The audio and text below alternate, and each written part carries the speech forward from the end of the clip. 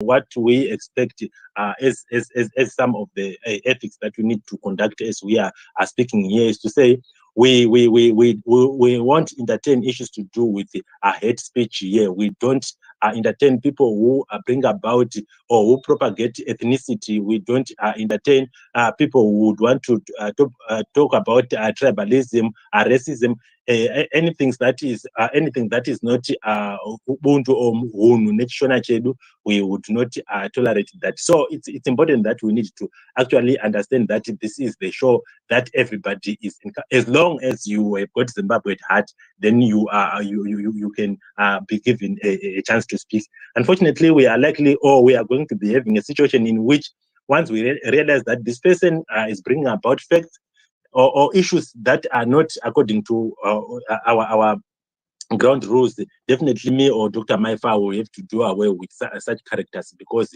we are a clean, a safe space here. I will, just like we do on our spaces, what we do, we just quickly take a review of the past space that we had. Just like last week, we were having a reflection of what happened in 2022, and we actually had to make people come and say what do they expect and what do they intend to do in 2023 in order for Zimbabwe to come right. So a number of people came up to speak. And as much as at one moment or another we had situations where people had some confrontations, back and forth discussions or engagements, which I would want to believe today we are going to be improving on. But we had very healthy discussions last week, where people actually highlighted some of the issues. And maybe before I go ahead, today it's as well, it's not a formal discussion where we have got a guest speaker. Just right now, if there's anyone who feels that the topic has got so much for them to speak about, you can just request for a mic. I can give you, Dr. Maifa will give you a mic, and then we can go ahead with our discussion as we go through. So like I was saying, last week we had a situation where people actually reflected of events, political events that unfolded in 2022. Unfortunately, it was most of the discussions or most of the deliberations that we had much to do with negative issues, mostly having been brought about by ZANU-PF. We talked about issues of political violence, issues about hate speech, issues about murders of our political activists, and the general closure of political space. Media space was closed in 2022. So these are some of the issues that we discussed about. And for the way forward, most people actually said they expect that people will engage positively, and they are looking forward for the election 2023. And generally, people also highlighted that they expect a general change in the country of Zimbabwe. Thank you very much, Dr. Maifa. Before I go on to the news that was for the past week, do you also have anything to talk about what we discussed about last week? Thank you, Mkoma Denford.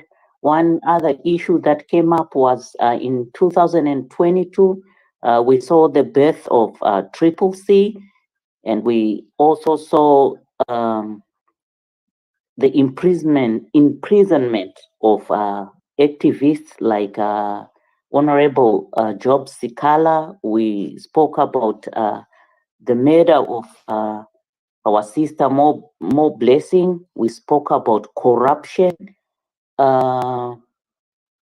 So, like Mkoma Denford said, most of the things that we spoke about were kind of negative, and we are looking forward to improvements or positive things, changes for the better that will take place in 2023. Thank you, Mkoma Denford. Yes. Thank you very much. So I'll quickly, because we don't want a situation in which we are going to be only talking me and Dr. Maifa. So, but before we go ahead with, I would want to acknowledge also the presence of Salani. She's here. I'm gonna give you the mic you've just requested. Thank you very much. Who else? Good Life. I acknowledge your presence here. We see Boo. You are here. Thank you very much once again, Commander. But thank you very much. We were talking about this same subject, not being so formal discussion that we are having. So if you feel that you need to speak about the subject, surely come and grab the mic, and then we can talk. But before we go on to that, I've got some issues that I wanted to say to do with the review of the news that took place in Zimbabwe. The first thing that took my attention was the arrest of our change champions, including members of parliament from Koba, if I'm not mistaken, our interim organizing secretary, Chibaya. He was arrested amongst the other 25 change champions, and that also included one minor girl child. And on that issue, we also had received a message that there were cases of women being sexually abused by the police during the process of wanting to arrest those supposedly accused people. So this is one of the things, and unfortunately or fortunately, it's also going to be subject matter of discussion on the topic that is the why Zimbabwe, or on Zimbabwe's attempts of readmission into the Commonwealth. And we also we also had a situation in which there was a case of double or triple shootings that took place in Wedza by a former CID member called Jason Mufezi. And he was ultimately arrested in Mozambique, Manica, and a lot of people on social media, they were actually saying that this guy, the police, Zimbabwean Republic Police, actually realized that this person had committed all this crime, but he managed to really navigate through from Wedza up to Rusape, Mutare, and ultimately to Mozambique, with our police not actually dictating that he was somewhere. Or it was actually a stage managed thing. Why? Because probably they could have wanted him to go. These are just assumptions, but we are not saying that's what happened. Dr. Mefa, do you have got anything that you can speak about in as far as the last week's news? Yeah, the arrest of the Budiriro comrades is the main issue that has been on my mind, and also that weather issue where 3 people lost their lives just like that. And what's troubling is this former CID is expected to be actually protecting people and not shooting people. And some of the videos and pictures that I saw purport that he has been to State House with Java and the like. And now I question myself, okay, let me reserve my comments on that one. Otherwise, it might divert us from today's topic. Thank you, Mkoma Denford. Thank you very much, Dr. Mefa. And I will quickly go to Salani. Before we want to do it in a systematic way. Before we go on to our topic, Salani, I would want to ask you, because you are one of our speakers, do you have got anything that you can say is something that came to your prominence in as far as the news, Zimbabwean news over the week? I mean, currently, or sorry, if you could please elaborate. I was saying now, but before we get into today's topic, we were talking about the review of the news, issues of substance that you would want to share with people, because what happens is, in as much as some of us could be going through the news in Zimbabwe, but some people might not be in a situation where they can really read or listen to the news for Zimbabwe. So before we start every show, we just want to recap some of the news that took place in Zimbabwe. So do you have got anything that you have got to say, or we can? Okay. Okay, thank you for that. And that's really good. Oh, apologies, my little one. As you can see, I'm a mom. I multitask. You get others who'll be like, oh, you can always hear her children. As for me, you always hear them, because I'm unapologetically a mom. And if it means that for me to speak out on issues to do with Zimbabwe, you need to hear my children in the background, then so be it. Now, what I just wanted to say is this.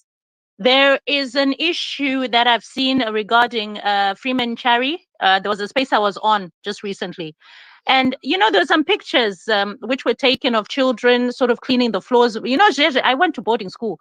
In the dormitories, I was always told, kuti taita rota. You knew, kuti, if it's your turn, unoto is a cobra. And then you let it dry for a while, and then you come with a brush, kuti, it's a shine, right? This was something that I went through. And I don't see anything wrong with that, because we've got houses, we've got families, even Kumusha, we still do it. So it's on a space which is being hosted by one of my relatives, he's Zanu as well. But the narrative they're pushing is very problematic for me. Because they're now saying this is the reason why we need the PVO bill. The bill needs to be there. The moment you're an independent donor, there are problems. You start doing child abuse, what. They've completely changed the narrative, right? I was on the space earlier. It's still running right now.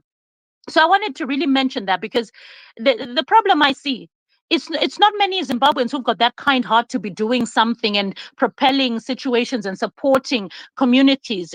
We have a whole government who's supposed to do that, but they're not doing their work, right? And then you find citizens that come and say, we want to help with this. Obviously, he would have gone through the proper channels. You've heard Freeman Chari always speak about certain things to do. I love the issue of transparency and accountability. I'm certain he went through the protocols for him to have to build that class for the children. But now the narrative they're painting, child abuse, before you know it, these children will sleep with teachers. Why do we do this? Like, why does everything have to be politicized? Kokungoti munagona. Kongoti, he's done well. Can we not end there? And also to people who are thinking of doing good in Zimbabwe, your independent, donor, I would say this: always make sure you go through the channels, because at the end of the day, you will have people who either love what you've done or they don't like what you do. But when they come through and start throwing accusations, you need to be prepared. You need to be in a position to respond to certain things. It's not everything you need to respond to, but if you've done your due diligence, it will help the situation. Because I don't want that kind of talk that's coming from the ZANU-PF camp to be a talk that will affect everyone else. And you know what makes it worse, Denford?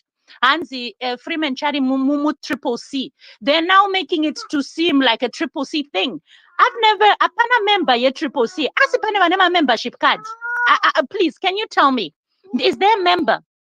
So everyone who's seen to do something is always considered as a Triple C someone, and before you know it, that's the tangent they go on. So, but I just wanted to really say that. I don't know if you're aware, Denford, but I feel because the space was being recorded, if you were to come across it or to see certain comments that will be put on Freeman Chari's, TL, I feel I just wanted to let people know that this is what's happening.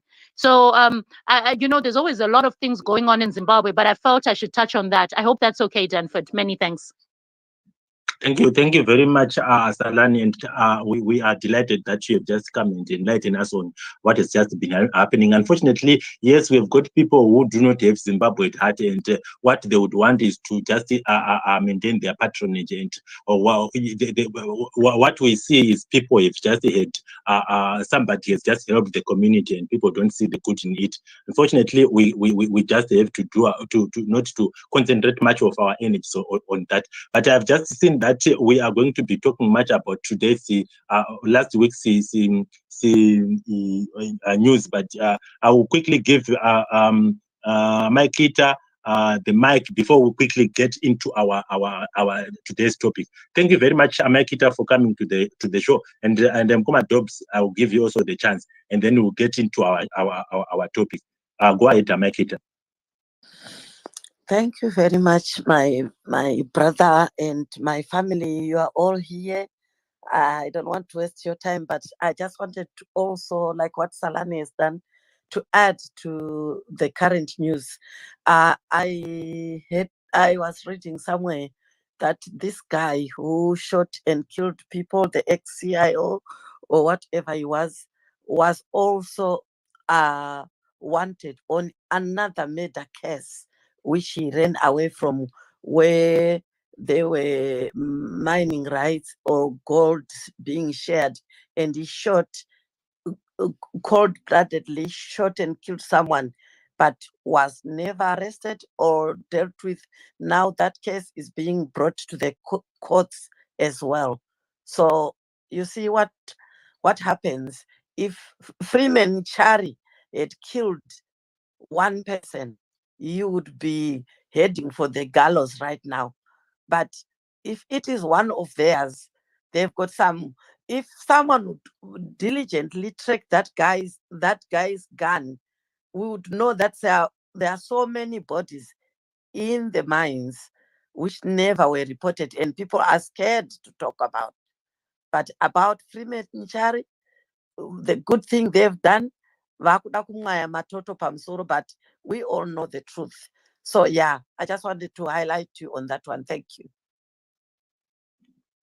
Thank you, Amakita. Thank you, Amakita. And we need to really acknowledge and say we expected this from the regime, but we are not going to be deterred. We are not going to have a situation where we are going to be sidetracked. 2023 is going to be a different year altogether. Mkoma Dobbs, I think you are going to be the last person to speak about the topic, about last week's news, and then we straight away go to our topic. Thanks, host and co-host and other speakers and listeners. I just wanted to, what they've already said by Mike Hit, I just wanted to say that in addition to that, there's that case of Maziwi Swa and Oscar Pambuka. That one is fraud they've committed before, but they were on the loose until they were just allowed to live with the community while it's committing the same offense until Oscar Pambuka was arrested.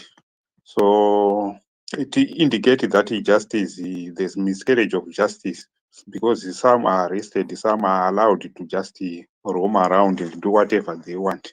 And the rumors are saying, the courts are saying he's in prison, but he's outside prison, and they've been recently seen.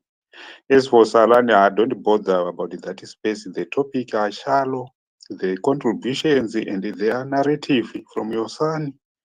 He seems to say people in Chirezi would get title deeds. The title deeds in Chirezi started being given in 1978. I grew up, I did my primary in Chirezi. I know a lot of what have happened in terms of property. They started being given in 1978. He emphasizes it this year after elections.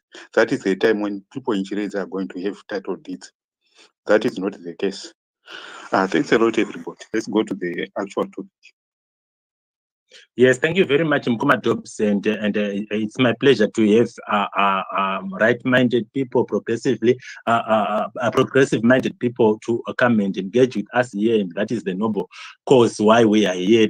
This year, it's a different year altogether. We are expecting things different to happen in our country, and like I said, when we started, we were just a few. Now that we've got a sizable number of people to say, these are just background rules that we would want to enforce, and that we would want to make sure that people would really understand that when we are here, we are not here to just while around our time, but we are here to make sure that we enlighten people, we discuss, we engage positively.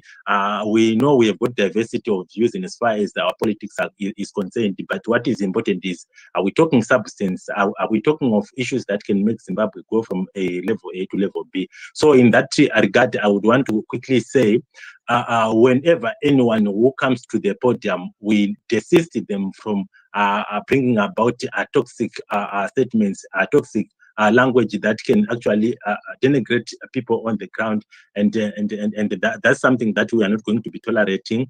We would also want to desist issues to do with tribalism. We would want to desist from issues to do with racism. We would want to make sure that people are going to be positively engaging. If I have missed something, Dr. Amaifa is going to continue to actually highlight issues that we think we are going to be talking about. Zimbabwe is in mess. Zimbabwe is in a precarious condition where rightfully minded people have got to actually engage and make sure that what we discuss here helps Zimbabwe to come right. But thank you. Our topic actually says Zimbabwe's attempts for readmission into the Commonwealth. And what are everybody's thoughts here? We deliberately brought about this topic like this. Why? Because there has been some misconceptions and some propaganda coming from the regime to say that the reason why Zimbabwe is pursuing this subject of wanting to come back or to go back to the Commonwealth, it is because of the concerted efforts by the British and fellow Commonwealth member states, who said, Zimbabwe, you have been in the cold, and can you please come? But now, because they've just bowed to us, we had no option except to go and work with other groups.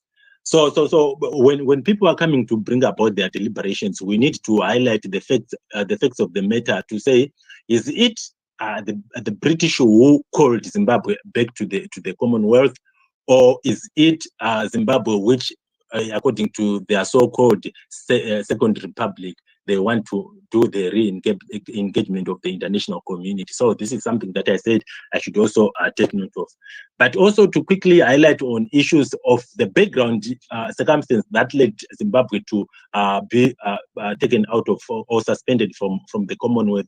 It is basically to do with the former president Robert Mugabe, who in 2002 had realized that because of the way in which he conducted the election during that time, he was not doing it according to the prescripts of the Commonwealth, the guidelines of the electoral guidelines of the Commonwealth, and because there was so much of criticism about how he was conducting political violence, intolerance, abuse of law, lack of human rights observation. So he actually said that the Commonwealth was just but a club, and now because it is just but a club, I need to Zimbabwe has got to move out of it. But the most important thing that people should really understand is to say, or the question that people should really ask themselves is to say, was former President Robert Mugabe constitutionally obliged to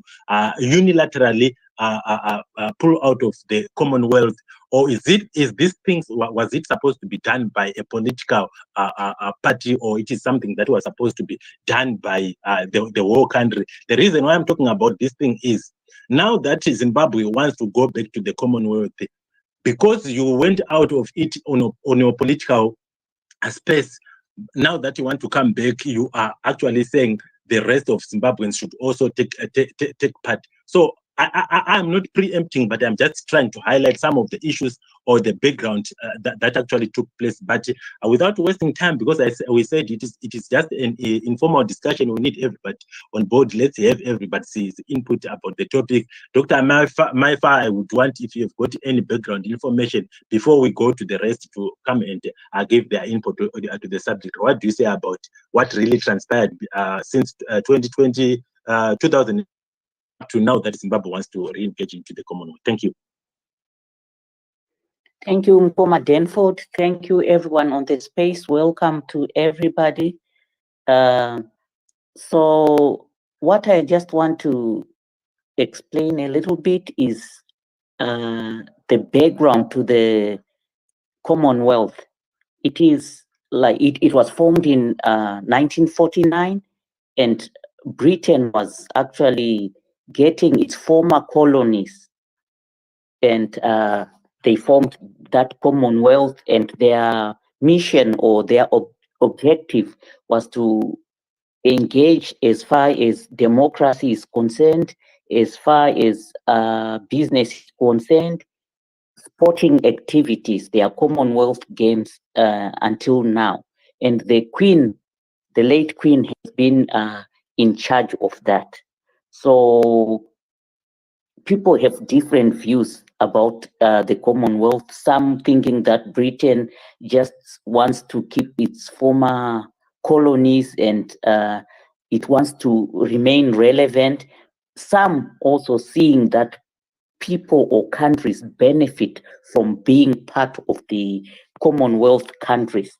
And I just have an example to give before.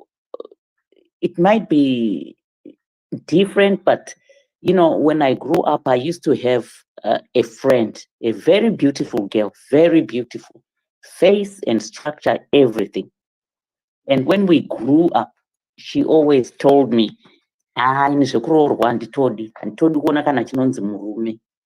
but me, you know, being also a young adult, I could tell that I think boys were not approaching her because of her character. Pamuromo, nekungovava so, nekungoita a bitter person. So at times, when men don't come to you, you might tell people, nina ntodi zvevarume. So I'm just likening this to Zimbabwe. You might hear Zimbabwe say, it's the Commonwealth hatitombodi. It's because pamwe mukomana wacho havatokupfimbi. It's just an example. Thank you very much. Back to you, Mukoma Denford.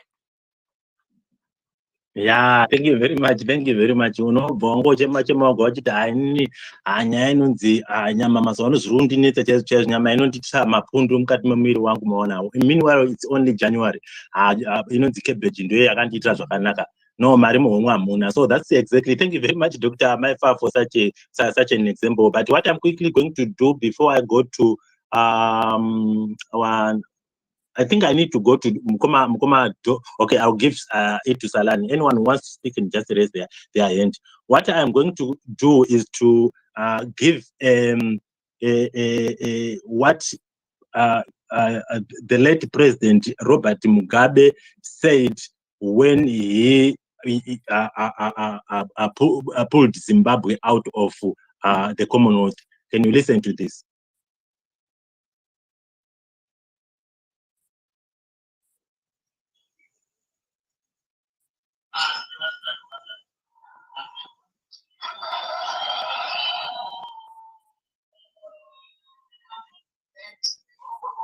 Also that is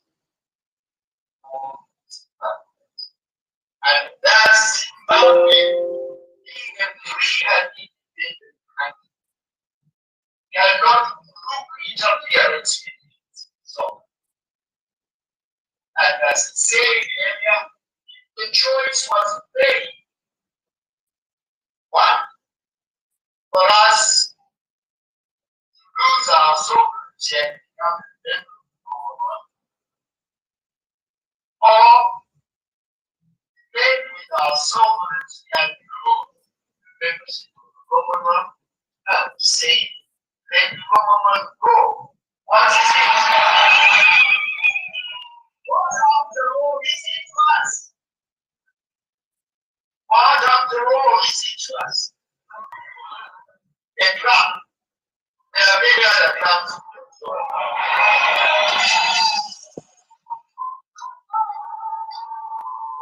So that was the speech that was given by the late President Mugabe. Commonwealth, it is only but a club, and there are so many of clubs that we can join. We are not going to do, we are going to be doing without the Commonwealth. And some arguments that can be propagated by ZANU-PF, they will quickly say, because we have moved away from the late Mugabe and his people, now this is a second republic. And just my analysis in as far as what such an argument could be as shallow as what those people would be saying. But Salani, go ahead. Thank you so much. Durugu Farah, because it's wonderful when we start to talk about these issues and to delve deeper into what was going on and what was the mindset and all that. Having listened to the recording you played, and I had a question that I was thinking before you played the recording. And what I realized is this: Mugabe, when he made that decision, people have to realize this. It wasn't Mugabe alone who made the decision. It was the whole Kabuye ZANU. Do you think if they were not in agreement, obvious kune mouthpiece, once you're the president or the leader, you're the one who then delivers the message. But it would be a planned thing. We want to come out. Why did they want to come out? It's because questions were arising with regards to human rights, atrocities, and all other things. You enter into a club, there are rules and regulations, right? And what they'd begun to notice was a situation where there were questions that were being posed. And what I've started to notice that ZANU-PF does is this. ZANU-PF will come to you and to citizens of Zimbabwe and say, we are fighting for the sovereignty of our nation. We will never again be colonized by white people, blah, blah, blah. That is what they do. Hakuna sovereignty isina responsibility. This is where it comes in. That's what makes a dictatorship. They argue the thing which we want to be sovereign, governing ourselves, but in a thin line. And they use that, and people don't recognize dictatorship because once you're in a club, in any club, there is rules and regulations. And that is what happened. Njo movie yakatambika pepe. Even knighthood, I don't need your knighthood, but you took it before. You were different. Mugabe started out okay, he liberated us, but he then turned into a devil. We all know the history of what happened to Mugabe, and we have to recognize that ZANU-PF had a part to play.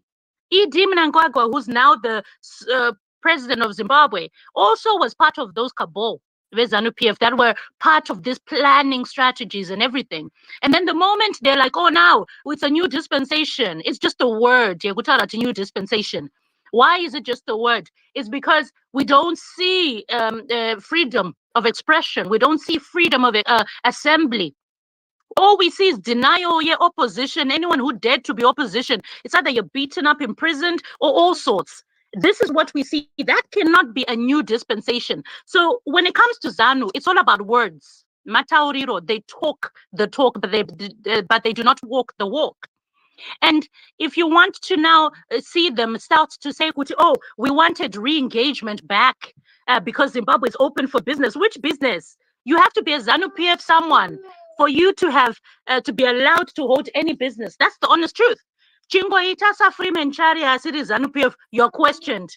And so why have you done it? What is going on? Where did you get your money from? And why is it about Pakure Jirife? That has always been my question. I'm about transparency and accountability. Many of you know me for that. Why is there no transparency and accountability where other projects are done by ZANU-PF people? And the moment Freeman Chari comes along and builds, a block here, my students, and oh, child labor. Hey, Maritza Bakupi. This is what we are dealing with, and there's a system. There's a real problem with that. So when we say Zim's attempt for readmission into the Commonwealth, I have to be honest with you. The same way sanctions are not going to go just because the ED has said no sanctions, or Shamari Zakedze, Sadak have said Pasinema sanctions. That's not what removes sanctions. Sanctions are removed because of what you've adhered to. There are stipulations. Respect human rights. Have you respected it? If you haven't, that box won't be ticked. We go to the Commonwealth. But would you respect human rights? Have you respected human rights? No, you haven't. Instead, what you've done is you've arrested a whole team of Triple C supporters, imprisoned them, and are denying them bail. There's Job Sikala is imprisoned without bail. This is what happens to you if you're opposition. If you're ZANU-PF, what do you get? Catch and release. Catch and release. Unobatwa heading. Then you're released. You get your passport. You're allowed to live your life. And these are people who've done big things like corruption. Millions of US dollars have been stolen. But what do? They're released. The moment someone speaks a word, has nothing to do with any sort of violence or has nothing to do with any planning of violence, and he's a terrorist. We know terrorists who they are. The army of Zimbabwe, the government of Zimbabwe are terrorists. They shot our brothers and sisters in the streets of Harare. What is terrorism instead of that? It's already a huge act of terrorism. Did we see those people being brought to book? No. Did we see reparations being paid to the families? No. And then you think that the world is not watching. And the moment you see anyone from opposition have a picture with an MP, you see me with pictures of MPs, because that's what it is. That's politics. Does it mean Kuti you're a sellout? Not at all. Zimbabwe is not an island. And we're supposed to make connections with different people from all over the world. This is how it works. I've seen pictures of ED with different people. Does it mean that the moment you shake hands with them, you're a sellout? Not at all. But when it's done by opposition people and say, hey, these are the people who brought sanctions. No, they did not. Your actions as ZANU-PF are what brought sanctions. Your being coming out of the Commonwealth was you taking yourselves out. People need to take responsibility for their actions. And until they live up to the rules, the Commonwealth, Zimbabwe will never be part of it. This is where the citizens come in. The problem we have is the government that currently is there. They took us out of the Commonwealth. We got out because of them. They are now trying to readmit themselves. It's not going to work like that. And it's now up to citizens to wake up, smell the coffee, and actually say, no, government, because that is the government that is stopping us from entering the Commonwealth. They're not able and they're not willing to do what is required for us to get back into the Commonwealth. And if every Zimbabwean is listening to the sound of my voice, our main objective is to create a Zimbabwe in which we've got communications with the outside world, because it will benefit our people. It is not for us to start entering into the fight here, ZANU. Yavakatanga vega. Let people get this right. ZANU-PF started it through Robert Mugabe. And now ED thinks that the slate can be wiped clean. It doesn't work like that. He has to step up. The government of Zimbabwe has to step up and take responsibility, because they're the reason why we came out of the Commonwealth in the first place. And many Zimbabweans have suffered abroad because we're not part of the Commonwealth. Do you know the advantages in being in the Commonwealth? So many advantages that would help our fellow citizens to make a better life for themselves and to bring back a lot of resources back into Zimbabwe. But we're not able to do so because Anzichi to the outside the Commonwealth. So I need to say this in my closing. Let's attribute blame to who it is, and that is ZANU-PF. They started this mess. They will have to fix it. This is not a problem that was started by citizens. It is them. Many thanks. Thank you very much, Salani. And with that,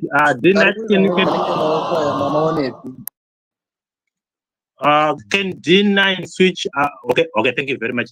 So I know, yes, Anochengetwa, you are going to be the next, but I just wanted to say thank you very much, Salan, for your submission. And it's very important that you highlighted the fact that it was a unilateral and political decision that ZANU-PF made. Yes, we indeed want our country to come back. This is all what we need to do. That is why we realized and we know that Triple C through President Nelson Chamisa actually submitted their issues with the envoy that came from the Commonwealth, when they actually said that they indeed want Zimbabwe to be readmitted. And I would want to believe this is the leadership, in as much as they believed that this thing was done by people who didn't have the country at heart. But what else can we do? We need actually to say Zimbabwe is the only country that we have, and we need to re-engage. But this problem was brought about by ZANU-PF. Before I go to Anochengeta, Dr. Maifa, do you have got anything that you need to say? Thank you very much, boss Salani, for your submission. Indeed, Zimbabwe is not an island. It needs others to survive or to progress. Chinondishamisa ndechekuti kana tati isusu hatinyengereri, we don't want to be part of Commonwealth. Are we doing better than these countries that are still part of the Commonwealth? Or we are the poorest and we are the worst abusers of human rights? Kana tati chidaro, isu chimiro chedu chichitarisika seZimbabwe, I would agree. But unfortunately and sadly, it is the opposite that is true. Thank you. Thank you, my doctor. And Anochengeta, when you are bringing your submission, can you take this into cognizance to say that the Commonwealth, like Salani says, it has got its benchmarks, it has got its principles, it has got its values, and these values actually are prescribed in the Commonwealth Charter. Some of them include the adherence to democracy, or observation of the human rights. On an international scale, we need to actually make sure that if you're a member of the Commonwealth, you need to make sure that you also participate in the international peace and security, as well as tolerance, respect, and understanding of member states, and then freedom of expression. This is just but a few of some of the principles and values that are entrenched by the Commonwealth Charter. So as you give up your views, please also highlight on those things to say these benchmarks. Can you actually tick the boxes and say Zimbabwe is adhered to that? Thank you very much, Arnold. Go ahead. Let me start by saying inini I am happy kuti Mugabe akabvisa Zimbabwe Commonwealth. I know kuti vanhu vazhinji you subscribe to the fact kuti was a detector, sakada kuti detector. And yeah, the Commonwealth in my values are right. Some of them national democracy wayo and what. But I want you to know that the Commonwealth is headed by England. It's headed by another country. Irimu other continent mutore ne eastern culture yavo. Mukatarisa kuti vana England vazopedzera vane democracy, what happened? Vaka-evolve vakasvika ipapo kuti that's now their principles. Vane democracy yavo yoyo, it grew up in their culture. Vaka-evolve bijana. What are the way that they are now doing these principles of capitalism that they now adhere to? It's part of who they are. They are the ones who develop those things. Now, what they did is that now, when you are putting Zimbabwe into these things, they want to force those countries in mostly Africa to adopt a culture yavo. Benefit evil. It's not a benefit. I understand. Human rights, I might agree with you with some of the human rights. Yeah, we should follow them, and not following them, it's okay. It's not okay. Now, problem I don't think the Commonwealth is the club that Zimbabwe should be looking forward to join. Which the point which Mugabe was trying to make. Before you start saying Mugabe akabvisa Zimbabwe Commonwealth simply because I did my human rights. Also look at at the same time Mugabe akabvisa Zimbabwe Commonwealth. Ndo pakabva now invested in Libya. By telling Africa should unite. That is this around the same time that the issue Mugabe as he made his speech, United Nations. I should about to you guys have been disrespecting Africa to such an extent that Africa in 54 countries. I not one member security, one member in the Security Council in the United Nations. So what was doing here? I can't see overall my values a Commonwealth. Develop in Africa. And I will challenge you: go to any country in Commonwealth. You know, this is to develop our industry because of the Commonwealth. You know, this is to contract which runs the Commonwealth. Factory something. Anything. I just need to. My country is I think they are 52 or 56, if I'm not mistaken. But my country is without money get one. You know, this is we got money to invest in primary, secondary industry. And here we have a processing plant. Now, if you see what happens is, I want you to go back to the reasons why Zimbabwe and other African countries were colonized. One of them was an issue of markets. The second one was an issue of getting resources. Now, of course, the third was that issue of getting land and the likes. When we fought our independence, we claimed to back the land. Now, we still have to fight for controlling the market and to control our resources. So what happens is this: ever since we lose a control of the land, they started to controlling the market by telling you, we have to take group and in this group we are going to trade freely. But remember, when you're trading freely, see, because you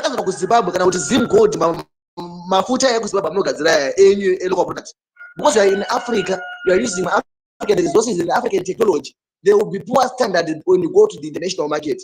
So what's happening is tapinda ku wrestling tapinda ku boda.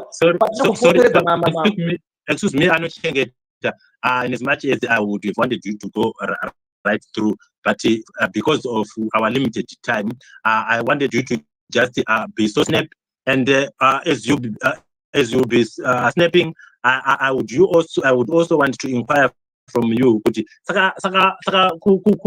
Confusion.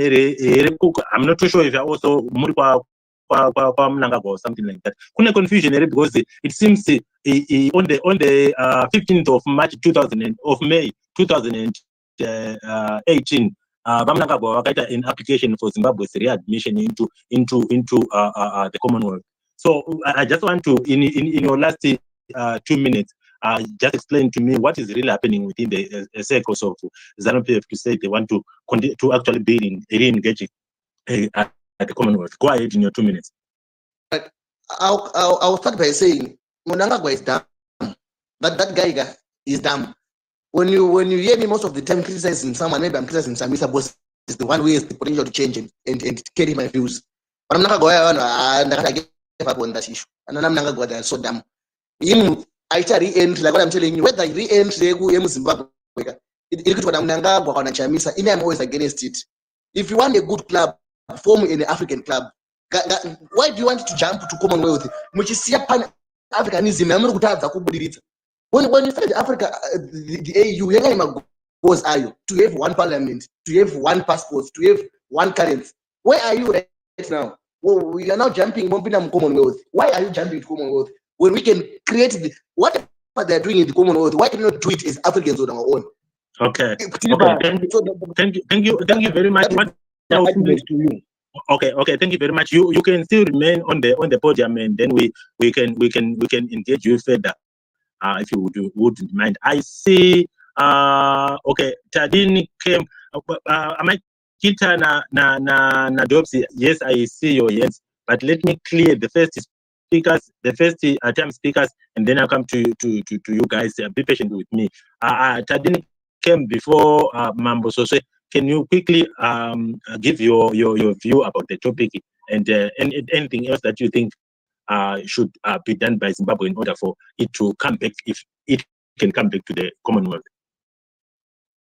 No, thank you very much, host Delford.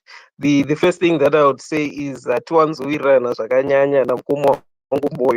but I agree with everything that he has said. Any leader that is vying for us to go back into the Commonwealth under whatever guise is being stupid and is going backwards with what our independence should speak to. Now, there are people that will say the Commonwealth will drive human rights respect. That is what they say on paper. That is not what they do, because they are not concerned about human rights in Africa. And I will give you examples of countries that have abused human rights for the past 5 years, but have still remained as participants and beneficiaries of the Commonwealth. An example is Cameroon. Recently, Paul Biya was having a moment of being old on the stage because he's forcing himself upon his people. But Cameroon is a member of the Commonwealth. Cameroon has, for the past 5 years, been in a civil war that is being spearheaded by Paul Biya's refusal to leave office. I don't think it's even him who's refusing to leave office, because he can't even remember when he's in world stage that he's supposed to be giving a presentation. But he's there in the Commonwealth, the celebrated member of the Commonwealth. You have Uganda. Uganda has been approaching left, right, and center, imprisoning our brother, what's his name, the former artist, now turned presidential candidate, Bobby Wine. Thank you, love. Bobby Wine. The last time he was house arrested for how many months? But they're a member of the Commonwealth. We mentioned these countries that are always going through civil wars, etc., military coups, the Gambias, the what, but they are members of the Commonwealth. You mentioned Sri Lanka, that is suffering heavily under the thumb of an oppressive government that is going to debt. You have mentioned maybe about 3 or 4 countries that are still in the Commonwealth, but I haven't heard any of those presidents or those countries actually saying they are voluntarily leaving the Commonwealth. And when the Commonwealth realized that Cameroon or Pakistan or something is decided to pull out, and then it enforces that, is that the problem of the Commonwealth, or it is the problem of that country that is voluntarily moved out, like what happened with Mugabe? I'll give you the next 20 minutes. I didn't quite understand your question. I didn't quite understand it. Can you simplify? Are you saying who should enforce us leaving, or what? I don't understand. Please do rephrase. Okay. Simplistically, I just wanted to say, in the case of Zimbabwe is in as much as there was not only the Commonwealth, which was concerned about how the electoral process was taking place in 2002. There were a lot of both African and international observers who were concerned about what was happening in as far as elections in Zimbabwe. Because of the pressure that was exerted to the Mugabe regime, Mugabe realized that he was cornered, and that's when he realized that he has got to actually pull out of the Commonwealth. Because of that, the Commonwealth realized that that's my view. The Commonwealth realized that Zimbabwe is unilaterally moved out of the Commonwealth. So let's as well just enforce what it has done. But for the countries that you've just said, I've never heard Paul Biya saying that he wants to come out of Commonwealth. That's just my view, Tadi. I don't know where you're getting that from. What I am responding to is people who said that the Commonwealth will then enforce the respect of human rights. The Commonwealth does not do that because it hasn't done it for the countries that I'm mentioning. It hasn't put a foot down to say we're going to punish our member state because they haven't respected the following things. It hasn't punished Paul Biya. It hasn't punished Sri Lanka. It hasn't punished Uganda. That's the least. Mugabe left because of his own ambitions, which included part of the vision of Zimbabwe. The charter that he had signed 1994 in Harare again restricted him from some of the things that he would want to do, such as the Land Act, the way that it happened. Now, what happens here is you are giving your perspective as to what you think are the reasons why he left. But to what he spoke about, he was speaking about the independence of self-determination as a nation. Right, and he wanted to do that self-determination outside the confines of the former colonial master, which happens to be the head of the Commonwealth, formerly Queen, now the king. You see, so the rest becomes interpretation of how we want to perceive Mugabe. That's why I don't care whether it's Mugabe was asking for it, Mnangagwa asking for it, or Chamisa asking for it. We're saying, what does the institution really represent? And the institution, whether you like it or not, does not represent what we're trying to sell here, people being all human rights, lovey-dovey. It doesn't.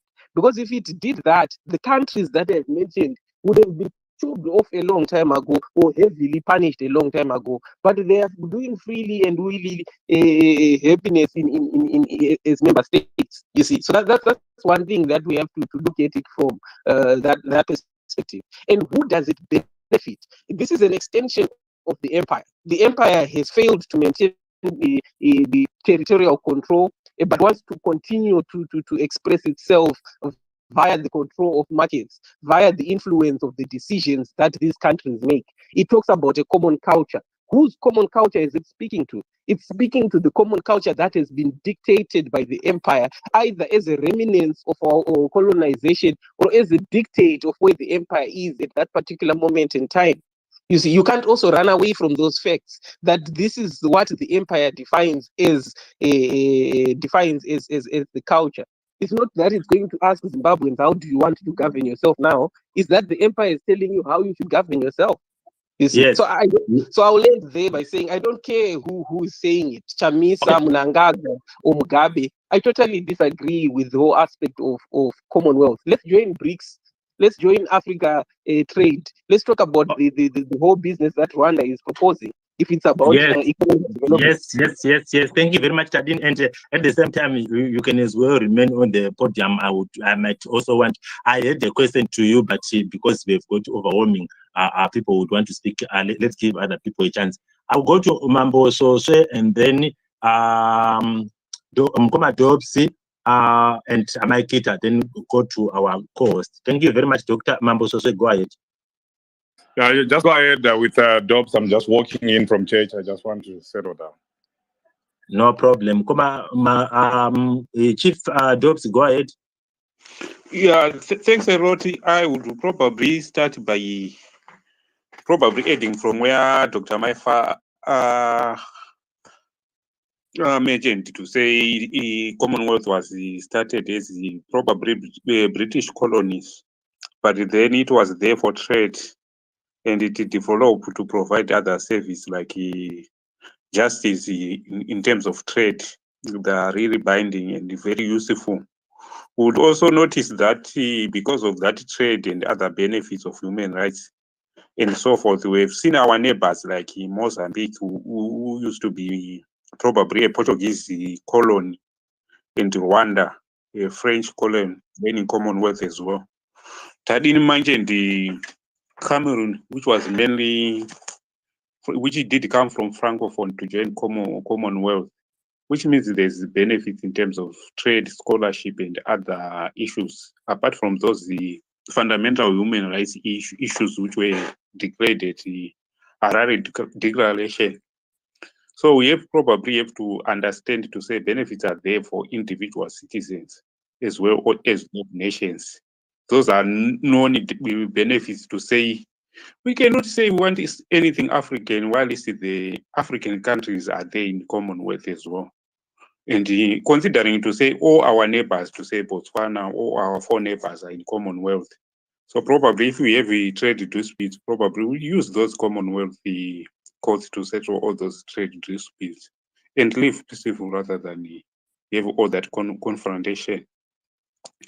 So apart from that, the admission to Commonwealth, I will lobby for it and I will lobby for the local government. For the current government, not the local government, for the current government probably to do more. They know what they have to do. They know all those Harare declaration to say what needed to be addressed in terms of Commonwealth, to say we need political and the fundamental human rights reforms so that we can be readmitted into Commonwealth. We are just right now, we are just crying to say whatever happened to the limitation exercise, to say we are complaining about it each and every day. You examine it, you find new mistakes which were done, whether they were done deliberately or whatever. But we do understand that they won't meet even the Commonwealth standard for us to be readmitted. So all those things will probably use the Commonwealth as a measure to say how far have we grown in terms of our democracy, how far have we grown in terms of our fundamental human rights, so that we can admit that we are improving or we are deteriorating. We all need to understand that before we seek to join the BRICS, because we don't have even the financial muscle for us to be admitted on the BRICS or any or all those big many clubs. Oh, that's my taking. I hope Mambo Soshe prepared. Thanks a lot, everybody. Thank you, Comrade Dobbs, and it's important that we need also to understand the context at which we'll be speaking about these things. I will give Mambo Sose some other time. Let me go to Amaikita, but as Amaikita comes in, I would also want here to say we still have some other boxes that have got to be ticked, and these are the values and principles that are enshrined within the Charter of the Commonwealth. Nyaya dzekuti Mugabe akazoita zvipi. What I am concerned about is E.D. Mnangagwa on the 15th of May 2018, he made an application to the Commonwealth for the readmission of Zimbabwe into the Commonwealth. That's the thing that we are talking about. And I'm going to be playing you, later on I will be playing you an audio where George Charamba, the spokesperson for the President Mnangagwa, actually suggesting that it is the Commonwealth, in particular Britain, who actually came to Zimbabwe to say, please, can you come to the Commonwealth? So the boxes that I would want to ask Amakita to say, can they be ticked by Zimbabwe before it actually considers the reapplication for the application for the readmission?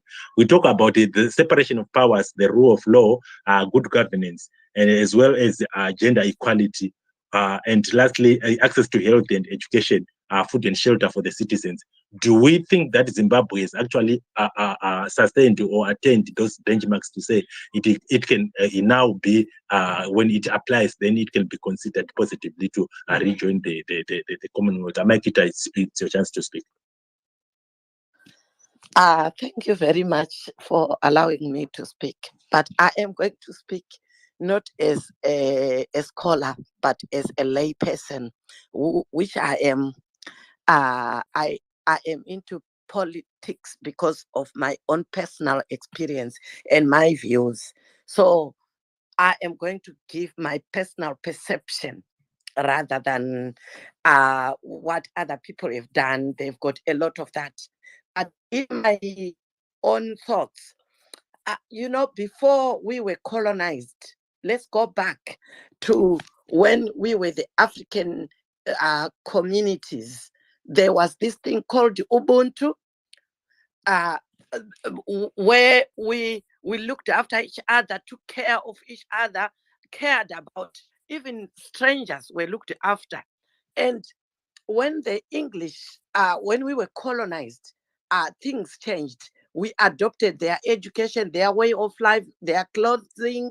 Their other countries have got their national dresses. We don't have that because we've been colonized left, right, center, and we have adopted it.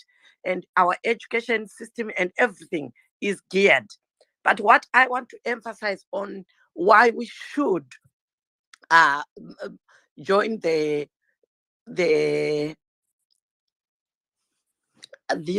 oh my God, what is it? Commonwealth. Why we should join the Commonwealth is the global village. You know, you cannot, there is no one is an island. Zimbabwe cannot do anything alone. Even though we have got 65 or so minerals, we can't go it alone. There is a global village where China, America, Europe, and all the other continents are sharing expertise and all the other things.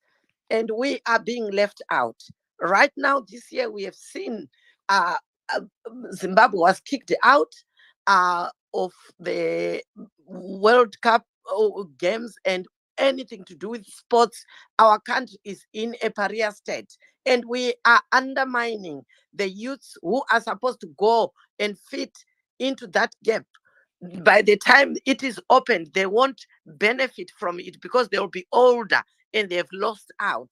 So, in as much as it has its downs, but the Commonwealth is a kind of, you know, when you want to join a club, you adhere to its rules and regulations.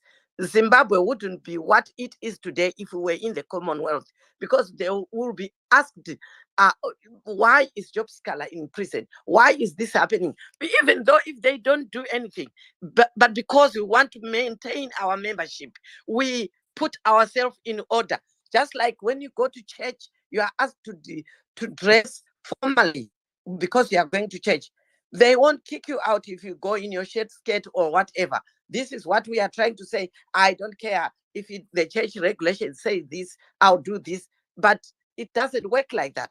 We want to be civil, and we want the human rights to be observed, and have someone, because we have failed to maintain that ourselves as a country. The country is on autopilot at the moment. No one is taking care of what is happening to the people. We have had a spate of children giving birth at 8 years and 9 years old. The government, nothing is being done to protect the children. And from when it started up to now, nothing is being done. A lot of things.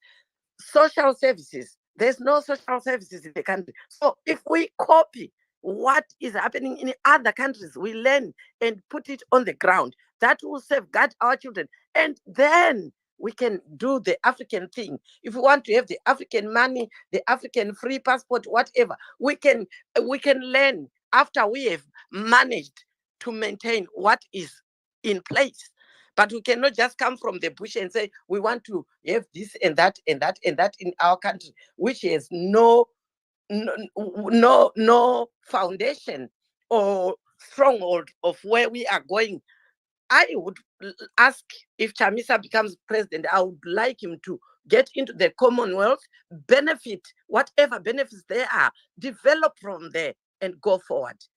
I think those are my submissions. Kugaranaka kuona dzevamwe, tinodzidzawo nokuona zvinoita vamwe. Kwete kungoti inini zvandaita ndinonzi handiudzwi, zvandaita ndozvandinoda. Ndosaka muchiona Mugabe akazonovigwa kusingazikanwi nanhasi nenharo idzodzidzi. Thank you. Maita enyamaikita ende tinokutendai chaizvo maviews enyu. And sometimes it's important that people have got to say we need to become. I remember in 2018, was it November, where the late former Minister of Foreign Affairs, General Moyo, when he was engaging students and academics in the United Kingdom, I'm not too sure where, when he was highlighting what the world is supposed to expect from Zimbabwe. A lot of things that he said, they all went into the drain. There hasn't been anything that came to fruition. So the reason why he highlighted those things was because he wanted to make sure that the international community would take Zimbabwe aboard and Zimbabwe goes through. But because there is so much of hunger for power retention from within the regime, then they are going to actually forgo that. Chii chinoita kuti muti nhasi Mugabe wachinja izvi momufaririra, wazofa manje maakuda kuti apinda ndiye anenge aright. Do you not have policies? Do you not have institutional do you not have institutions that can actually come and say this is what the country is supposed to go forward, not to simply say we are going to be guided by an individual. Now that is dead, we are going to be praise worshipping somebody. Let's have institutions, let's have our constitution, let's have everything that is put on black and white, and then people will follow. Not to change them. Dr. Maipa, what's your view before we go on to Mambo so if he's ready? Right. Thank you, Mkoma Denford. I want to welcome those who have just come onto the space. I see a lot of my brothers and sisters from the other mother. Let's remind each other that this is a very positive and progressive space where we don't entertain personal attacks, but we want good ideas that will propel Zimbabwe forward. So I want to thank Tadini, my uncle Dobbs, and Amai Kita for their submissions. I agree a lot with Amai Kita and Dobbs. Zimbabwe is not isolated. It needs other people. And the other people, like Uncle Dobbs said, that Tadini wants Zimbabwe to join, are also part of the Commonwealth. Let's look at the AU. Let's look at SADC. Those countries are in the Commonwealth. And point two, even if Zimbabwe stays out, are these African communities or African clubs doing anything to help Zimbabwe? They are just watching. They are actually enabling oppression, enabling corruption in Zimbabwe. So it's not like kana vangobuda mu Commonwealth wakutonowana mabhururu aripo unomawana kupi. Just like my Kita said, you are in church. Kuti zvinobatsirei kuenda kuchechi, Uganda iri kuita chifeve, uyo ari kuita chifeve, saka ndakuendawo panzi. Aiwa, life is not like that. But thank you for having different views, and with respect, let's not have personal attacks, no negative language. Back to you, Mkoma Denford. Thank you very much, Doctor. We still insist that atidi vanozochema kana pangoita nyaya dzekuti vanhu vanotaura zvinhu zvisingaiti tinodzokorera tiramba tingodzokorera. We do not condone tribalism, we do not condone toxicity, we do not condone personal attacks like Dr. Maifa he said. Let's engage. We know we have got different views, and once we know that, the bottom line is we would want to actually engage ourselves and make sure that we come to the issue of making sure that our facts, our engagements will make people to really understand that today maybe Padare from ZANU-PF, they've got their policies that I can work with as well. Then that's fine. You would have spoken your facts. Dr. Maifa or Dr. Ranga has said something that actually will propagate the views of CCC 100%, and then people will really understand that we are working in order for Zimbabwe to come right. But Mambo Soswe, are you okay now, or else we can go to the next speaker? Thank you. Thank you, Mkoma Denford. Thank you, Dr. Amai. It's important to have these platforms so that we can continually be discussing issues, important issues, giving each other information, educating each other. You know, if we get more people educated and have knowledge of what is going on in Zimbabwe and outside Zimbabwe, you know, we'll get more people fighting for what is right in Zimbabwe. what I would do, I would just be buttressing what other people have already said, Amai Kita, Dr. Amai, Dobbs, and many others. Zimbabwe does not live on an island. It needs other countries. In fact, Zimbabwe needs the Commonwealth and other organizations more than the Commonwealth and other organizations need Zimbabwe. As Zimbabwe, sorry, someone who just ended. Yeah, just get in, I'll talk to you later. Sorry about that. We need the Commonwealth more than the Commonwealth needs us. When Zimbabwe was suspended, it was actually suspended in 2003. There were underlying reasons why it was suspended in 2003.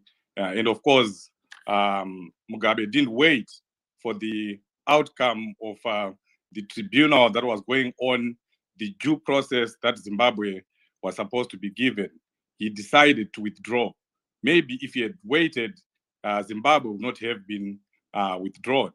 So just like everyone else, every right-thinking person in Zimbabwe, President Chamisa included, the CCC as an organization, everyone who has been speaking about the readmittance of Zimbabwe in the Commonwealth, we all support the readmittance of Zimbabwe in the Commonwealth, just like we support, the removal of sanctions. But we will not push for the removal of sanctions, neither will push for the readmittance of Zimbabwe in the Commonwealth without looking at the underlying reasons why sanctions were imposed to Zimbabwe in the first place and why Zimbabwe was suspended from the Commonwealth in the first place. Let's look at the human rights issues. Let's look at what is happening right now. But above all, let's look at what happened in 2000. The countries that my brother Radin was talking about, Uganda and other countries, yes, they have human rights issues, but there is no country that had a chaotic and bloody land reform program as Zimbabwe. Hundreds of white farmers were killed. Not only white farmers, even Zimbabweans were murdered in cold blood. Millions were displaced because of that chaotic land reform program. And that's one of the reasons why the Commonwealth ended up suspending Zimbabwe in 2003. So those issues until today have not been addressed. We have Zimbabweans that were taken off their land, Zimbabweans that were displaced by that chaotic land reform program that have nowhere to live right now as we are speaking. We saw Mnangagwa, talking about giving back the white farmers in the United Kingdom without even addressing the Zimbabweans that were displaced. We have thousands of Zimbabweans that were displaced. So all those issues have to be addressed first before we can even talk about Zimbabwe getting back in the Commonwealth. And really, Emmerson Mnangagwa had that opportunity, had that grand opportunity, to just reverse everything. All he needed to do was to do the opposite of what Robert Mugabe was doing when he came in a coup, albeit in 2018, in 2017. In 2018, he declared in front of the whole world that he's going to change, he's going to enact electoral reforms, and he's going to begin to respect human rights. But he didn't do all that. He hasn't even enacted even one electoral reform. He has, embarked on a re-engagement process, a very re-engagement process. So I don't even understand why someone would be saying it's not important for Zimbabwe to join the Commonwealth. It is important even to ZANU-PF. ZANU-PF knows that it needs to be part of the Commonwealth. That's why even now Zimbabwe has invested millions of dollars into public relations companies in the UK, in America. Here they have a company that they have actually two companies. One of them is Ballard Investments. They pay them millions of dollars using taxpayers' funds. Those millions are being paid so that they do social engineering, so that they just make Emerson Mnangagwa look good, ZANU-PF look good, so that they can be admitted into the Commonwealth and other organizations. So they know that it is important for them to be part of the Commonwealth. But we all know what ZANU-PF needs to do.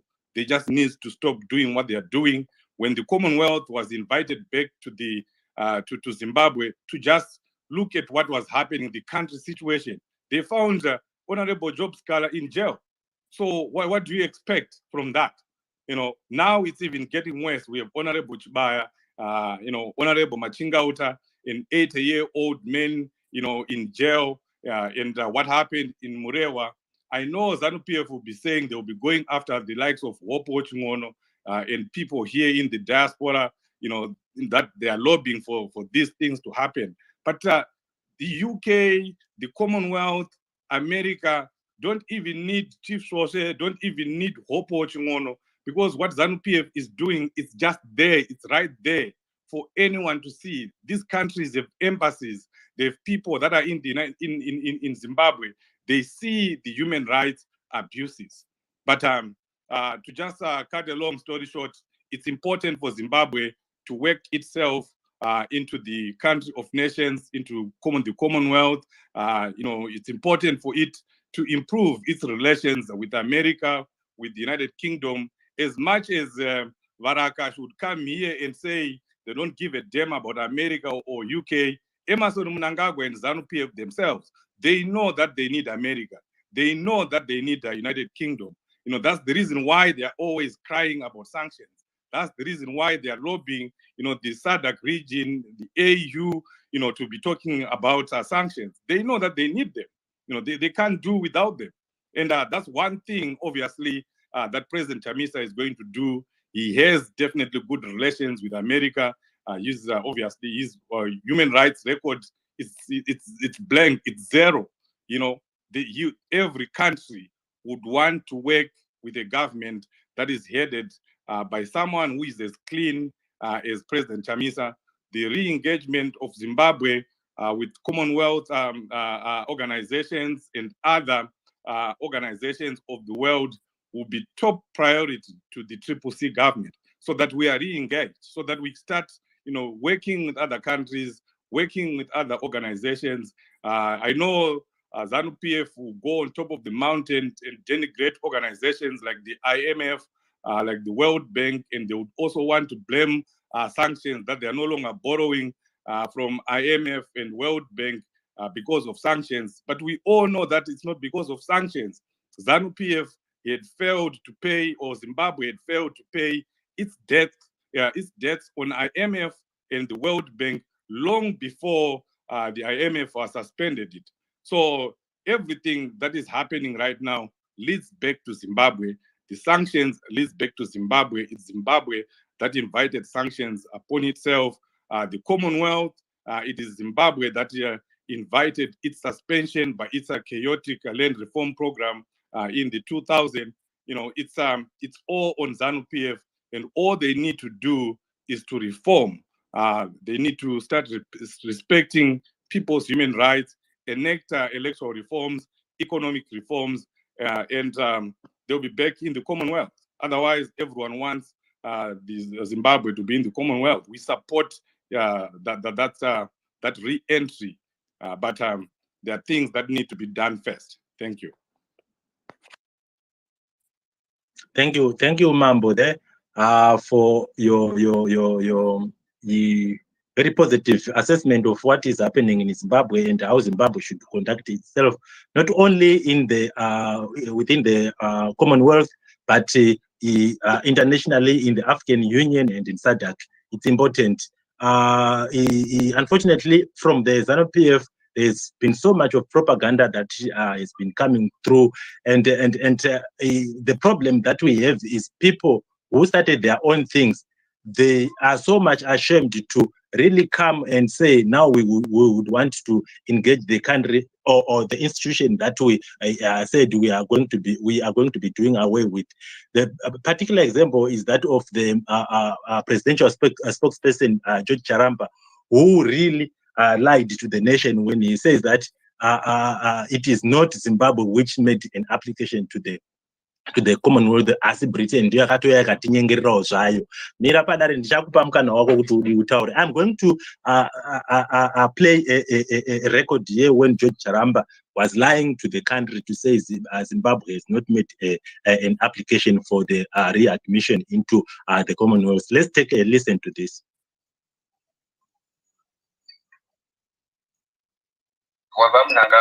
George Charamba vanoti nyaya yekudzokera muCommonwealth haina kuvakoshera zvakanyanya. That is why vachitsanangura. Parliament achete muzvipati vaBritish ndovanoyakati votuma minista wavo voti zvakadii tichishanda kuchaurirana kuti achii vorege kurama kwamakaita panguva yavanogara kubuda munyika mabuda kuitira kuti mudzokere muCommonwealth. Handiti robva taziva kungwa yese. Come to think of it, nothing is not being invented in the or it's not a bread and pizza. No, but I can't know what I'm going to do. You must teach over marriage. The Commonwealth. So I have to feel that I would keep saying, we will sit on a conference. They would be the Commonwealth. That's the round, but the Shana is a more than in India. I can't Transaction starts with but it was very matters then. From Commonwealth members were Can I check in second that I'm Commonwealth? How come is one state which thinks? So this is George Charamba, presidential spokesperson, who was giving these statements.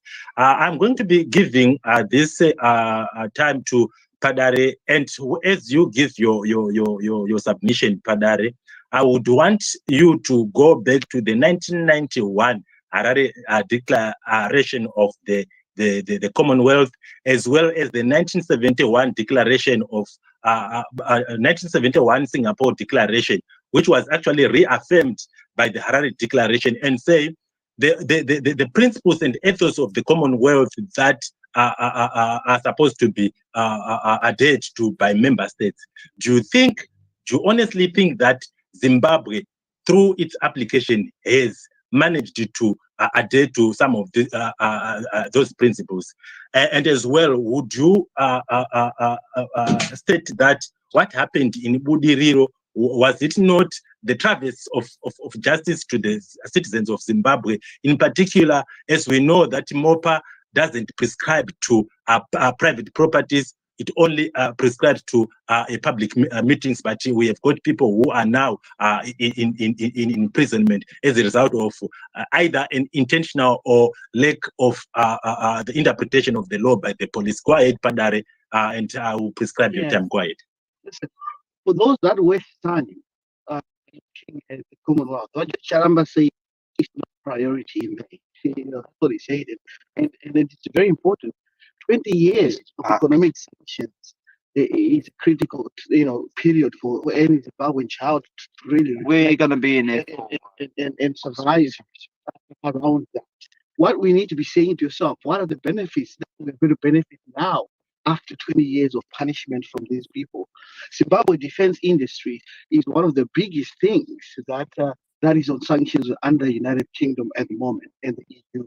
If you think at any point in your own self, sitting where you think you are, and think that the United Kingdom is going to remove sanctions against Zimbabwe Defense Forces, then they're not going to do that. But what's critical with the new dispensation? They are friends of all. They will talk to everybody. They have committed to rebuilding Zimbabwe, whether the sanctions are on or not. And that is the critical position where it is. The fight against sanctions on Zimbabwe has been paramount. It has actually made ZANU-PF even more stronger now because the region itself respects that voice. The African Union respects that voice. We also see that SADC, they have a date dedicated to fighting sanctions on Zimbabwe, which means ZANU-PF's voice is very, very pronounced within the SADC region. we don't really need this institution. And there was a position where a brother saying, the whites were beaten within the Zimbabwe during land invasion. Listen, there was never going to be a prescription on how we're going to take our land. And if you think anyone is going to come in and prescribe how Zimbabweans are going to take their land back, then there's a problem there. Big problem. So Barack Obama went to Libya. He killed the Libyan leader and he destroyed everything about Libya. I've never heard you comment and talk about sanctions against that country that did that. So we, as a Zimbabwean people, our fight is against the enemy that still exists. And one thing for a fact, any leader who comes to the Zimbabwean space and support sanctions, support the sanctions against the defense industries of Zimbabwe, will never be a president in our country. And that's a guaranteed fact because you have to be able to satisfy the whole picture of politics in order for you to get political power. So if you do not understand that your people are punished for taking back their land, your military and defense industry is punished for protecting the interests of these people, then you have a problem there. And that's where it is. We probably look on a position of engagement, on getting on a platform. We have good friends across the world. We have Americans. Ask yourself, Americans are doing business in Zimbabwe right now, in the total division and so forth. They're the biggest beneficiary of the sanctions in Zimbabwe. It's not a political Sorry, party. sorry, Yeah, excuse me, excuse Can I just finish? No, just a Oh, moment, God. Padare, just a moment.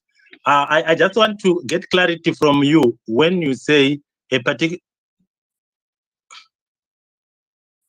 Okay, you have voluntarily dropped Padare. I wanted to engage you. I think we've got who is going to be next. Now I saw Dr. Diamond. I'm trying to add you, but I'm having problems. I'm not too sure if Dr. Maifa, you are able also to try Dr. Diamond. Sorry, host and co-host, don't forget about Asika vangu uya udhara munenge makuti kanganwa. Yes. Salani, go ahead while I try to make my arrangement. I've got about 4 people who needs to be up here. So let's now have 3 minutes each for everybody who's going to be speaking. Go ahead, Salani. Thank you so much. First of all, I want to respond to what was said with the last speaker. You know, I think the biggest mistake we make as Zimbabwean is by thinking that people can just put themselves as presidents of a country. Not at all.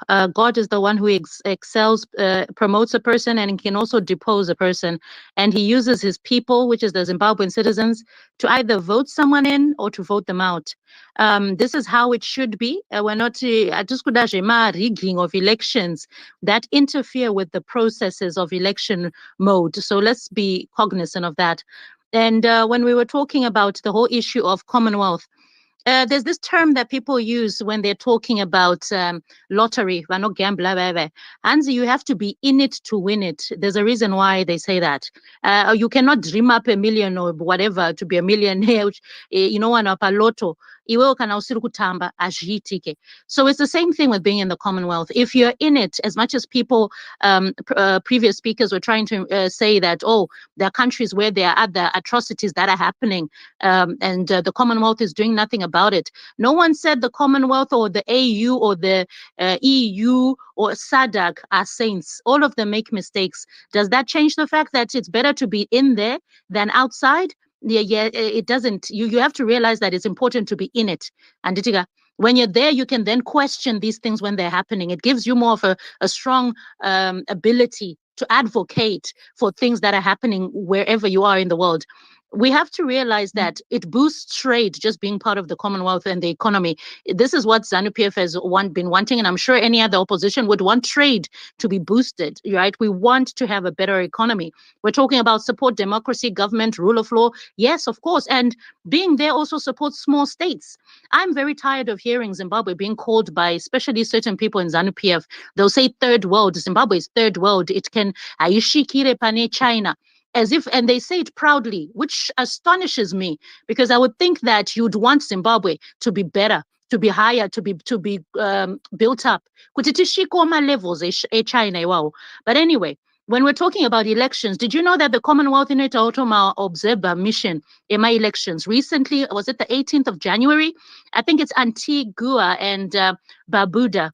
They had a general election, and the Commonwealth observers were there as well. So these are kind of things, there are benefits in being somewhere. You have to create those relationships.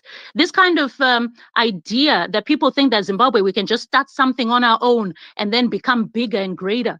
It is a figment of people's imaginations. There's a history that has come in with a lot of these organizations that are there. And being part of them, it does not mean we agree with everything that they do. But when you're part of the table, you have a seat on the table, you are able then to advocate for other things and promote a better Zimbabwe for all of us. Then there was a mention of something to do that a politician is clean. With all due respect, when it comes to politician, the mere fact yokuti unoti munhu akachena, ini mazwira angu mwana, a child is clean, they're innocent, right? They haven't done anything, they're pure. When we start to mention where kuti clean, you open a door for other people to start asking questions. Because let's be honest, this is where people dislike me, for the fact that ndinopakura zviri fair.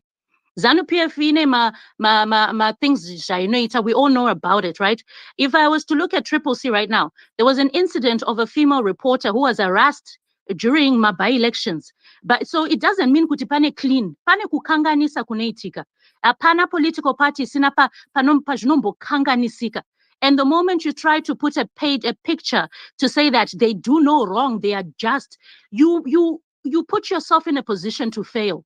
That is dangerous. So let's understand this, that in politics, it doesn't mean Chamisa was there, doesn't mean ED was there, but when you've got representatives who take part in something which is considered not right by citizens, and you're saying kuti clean, it's very, very problematic. And I feel we need to come away from that politics. Apana ari clean when it comes to politics. Politicians are definitely doing things for votes. They want to be voted in. And there's a possibility where they might twist the truth here and there. Here comes citizens where you need to come in. You need to be able to recognize when someone is feeding you a load of rubbish and when someone is giving you pure facts through transparency and accountability and the things you see. Many thanks. I'll land there. Yes, Dr. Maifa, you can go ahead with who has to speak. But I think Tadine has got to come. I know we have got new speakers here, but Tadine has got to quickly come in. And there are a number of people who spoke in response to what he had suggested. Tadine, I'll give you your 3 minutes just now. And Dr. Maifa, you can go in and give us the next speakers. Okay, thank you very much for the submissions from Mamposose, from Patdare, and from Salani recently. We all agree that things have to change in Zimbabwe. That's a true fact. Whether, there are conditions, like Mamposose said, that have to be met. Kana arima human rights abuses, ngazviregerwe. And we spoke about Ubuntu earlier on with Danford. You can't speak like, we can't have a prescription of how people can be removed from our farms. Saka kuuraya kwakanaka. Don't want such a spirit for Zimbabwe. We just want people who are humane, Ubuntu, Uno. So at this moment, I will give Tadini 1 minute because you have spoken before. We have a lot other people who need to speak to. 1 minute, over to you, Mkoma Tadini. Now I'm confused. The host has given me 3 minutes. You're giving me 1. I don't know what to respect. And I think a lot of people. 1 minute. Thank you. No, I wouldn't be able to respond in a minute because a lot of people spoke to what I said. So if it's not possible, I will just back off, host. Thank you very much. Thank you. It'll be impractical. You are very welcome. So our next speaker is going to be Jeff, then Professor. Thank you.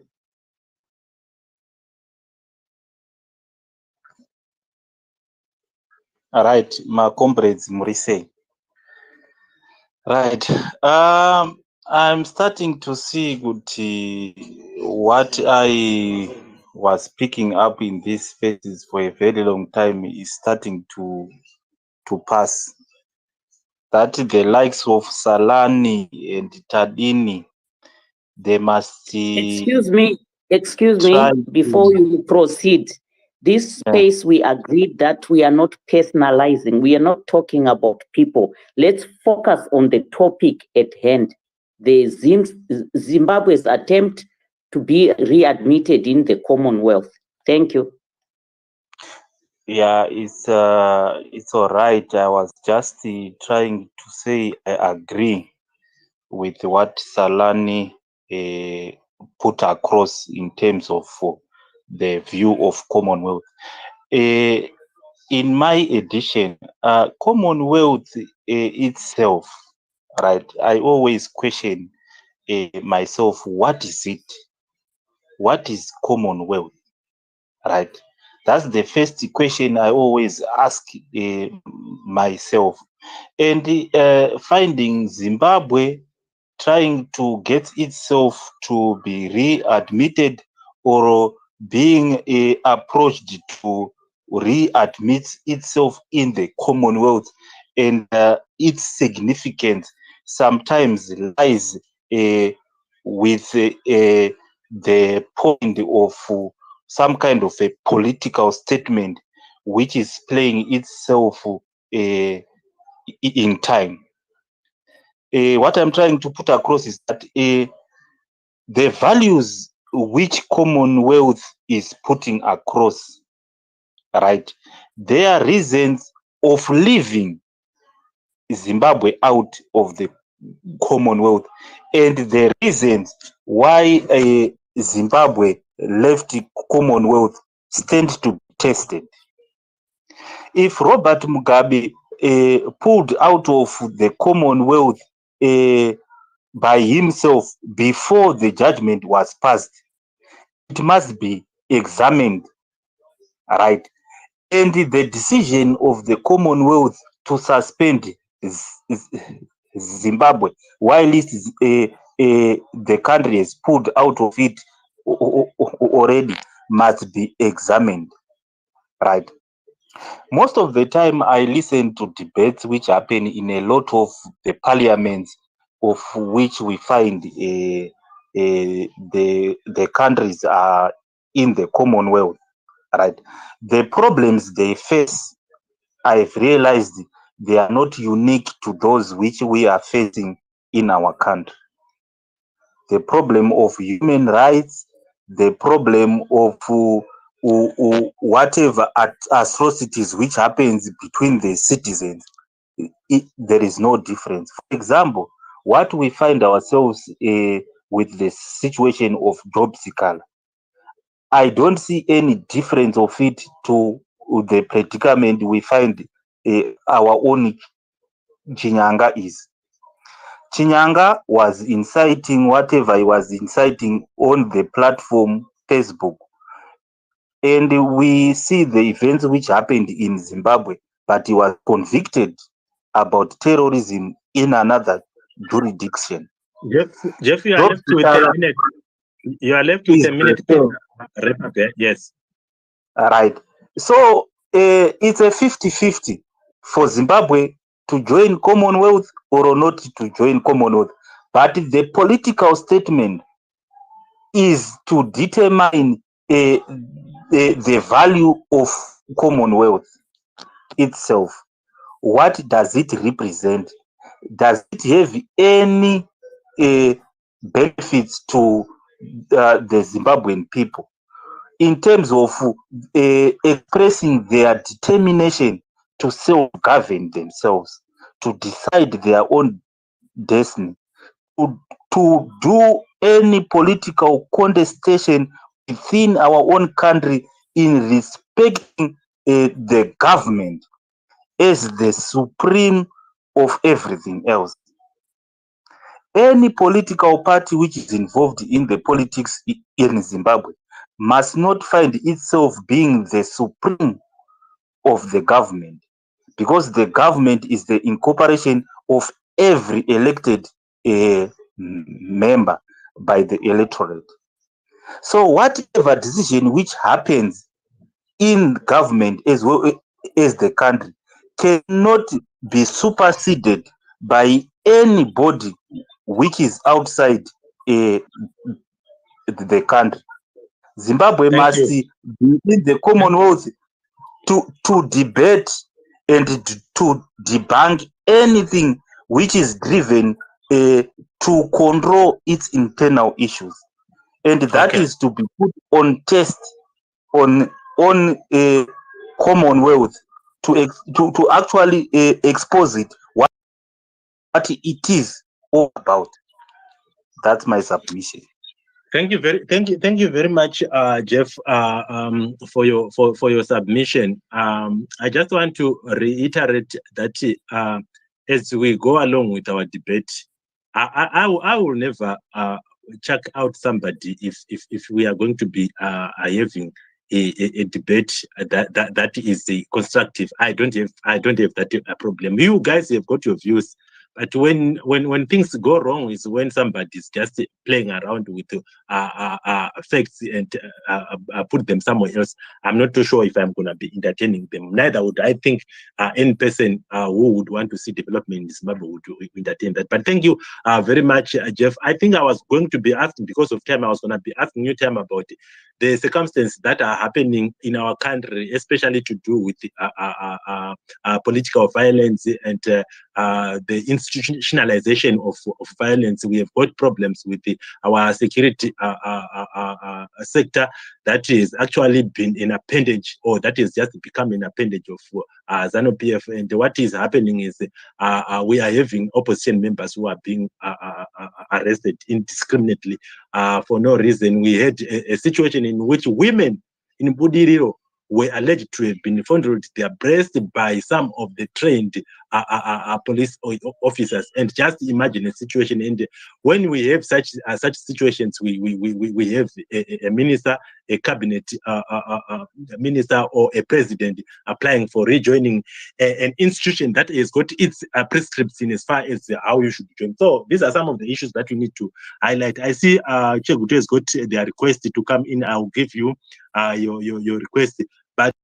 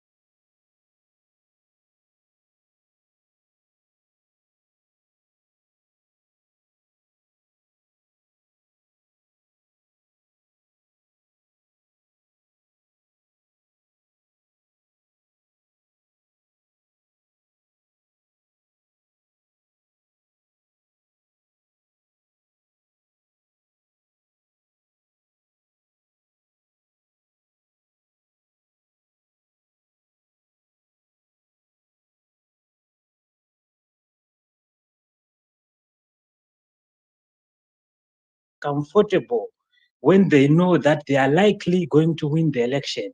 They had killed Morgan Tsvangirai, and therefore, in their opinion, the opposition was decimated Mnangagwa had the goodwill of the coup. Now we've given him 5 years, whether he was given or he gave himself, whatever the case might be. 5 years of wastage, 5 years of looting, 5 years of corruption, 5 years of regression, 5 years of cosmetics. There's no real development on the ground. There's nothing tangible, nothing at all. If you look at the human rights record, it's appalling. If you look at the economy, when Mnangagwa came, we had the Zimbabwe bond note, which was 1:1 with the US dollar. It has lost now to 1:1,000 today, or in 5 years. Or in 5 years. Zimbabweans, they are clever people. They can see. They have the eyes to see. They've got the ears to hear. It is clear that this regime has failed. All the impoverished, the poverty index is worsened.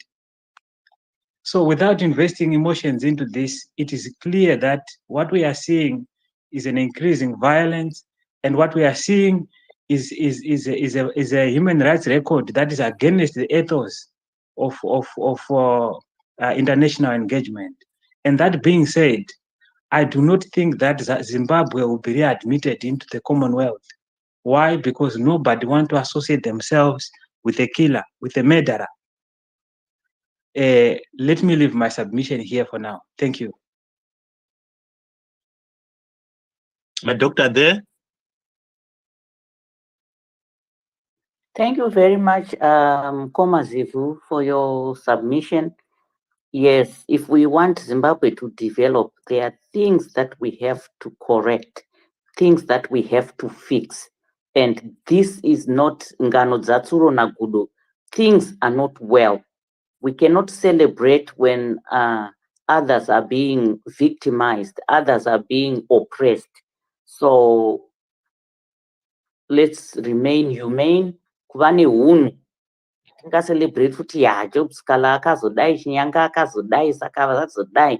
No, let's remain humane. So let's fix ourselves. Let's be readmitted into Commonwealth, and let's have the chance to join many other organizations, even new African organizations that are to come. Thank you. Back to you, host. Amaita new doctor.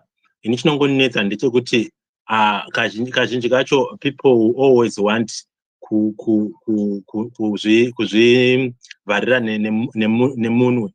Munantaura nyaya yekuti imimi munotaura nyaya dzekuti ma-human rights violations anoitwa muZimbabwe.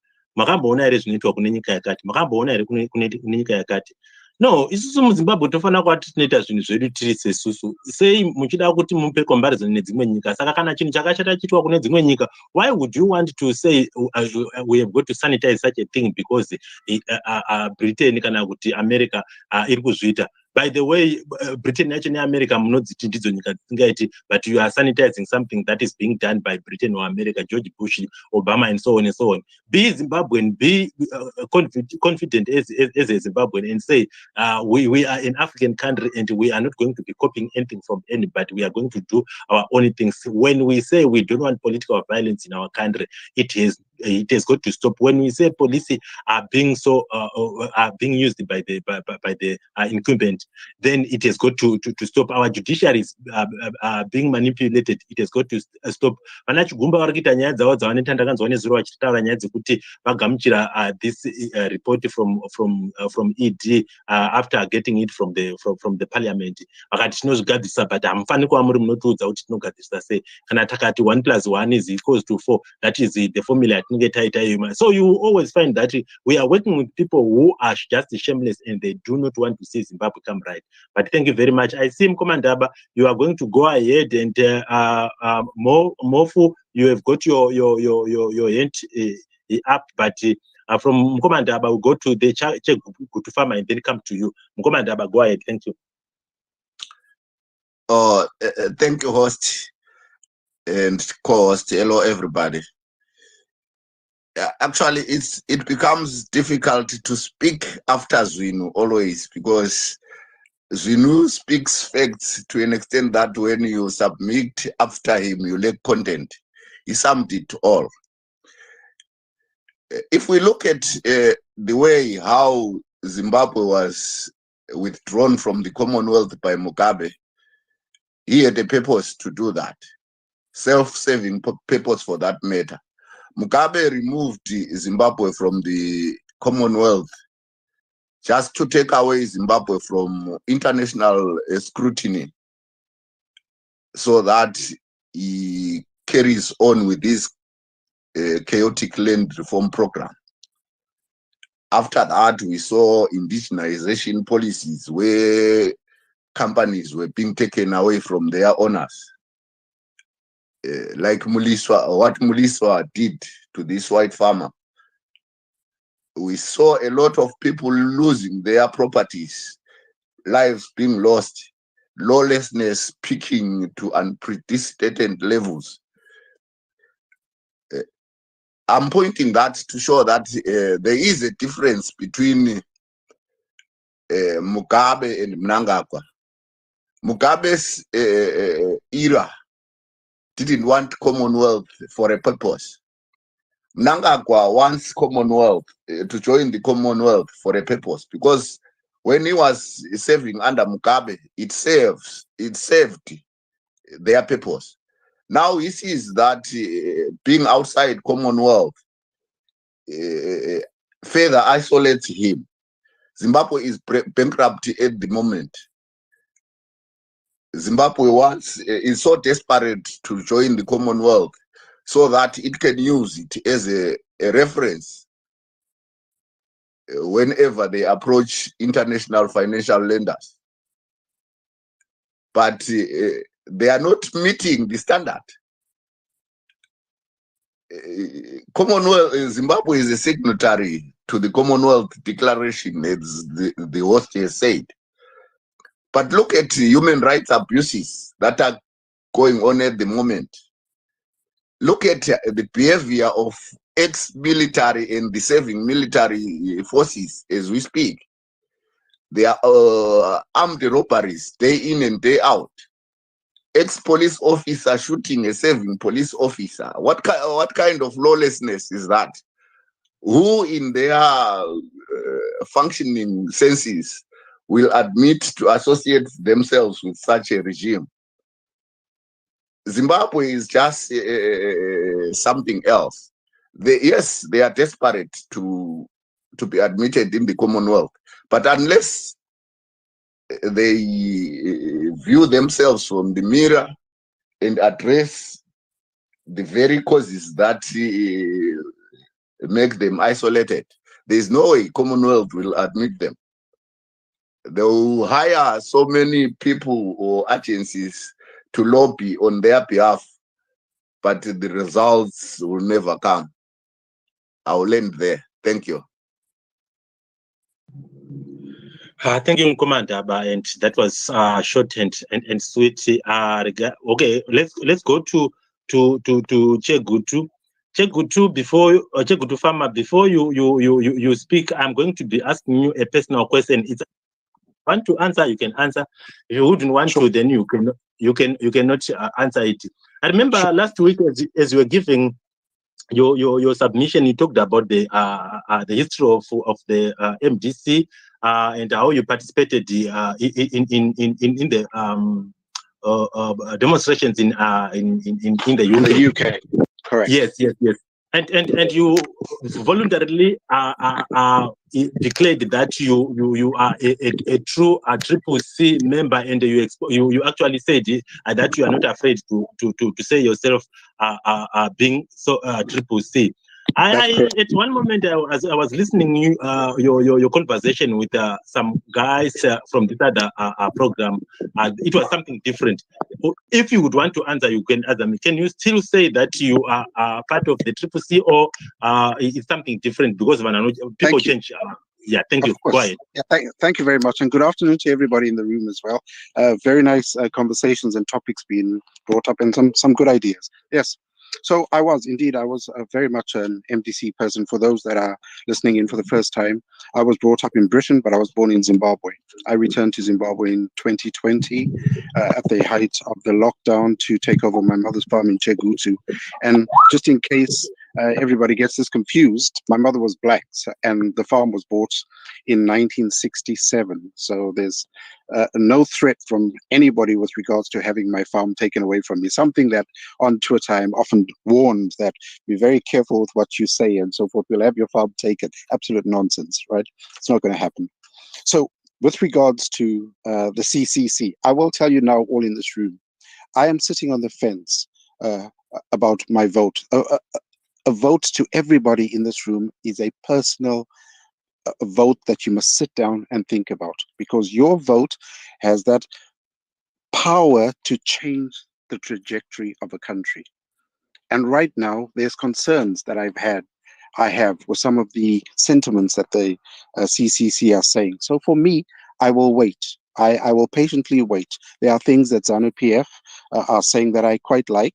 I also see some advantages that they've taken on the CC in the rural areas. I am in Msengezi, in Chegutu, right there. I see it with my own eyes, how they are handling the situation on the ground with the rural vote. They have the chiefs in their pockets. They have everybody. How the CCC can break that barrier and get in there is going to be one hell of a tough one.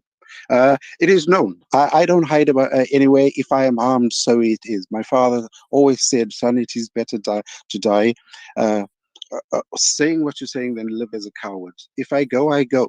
Right? I'm in Zimbabwe, I'm a Zimbabwean, I'm a proud Zimbabwean. It is the way it is.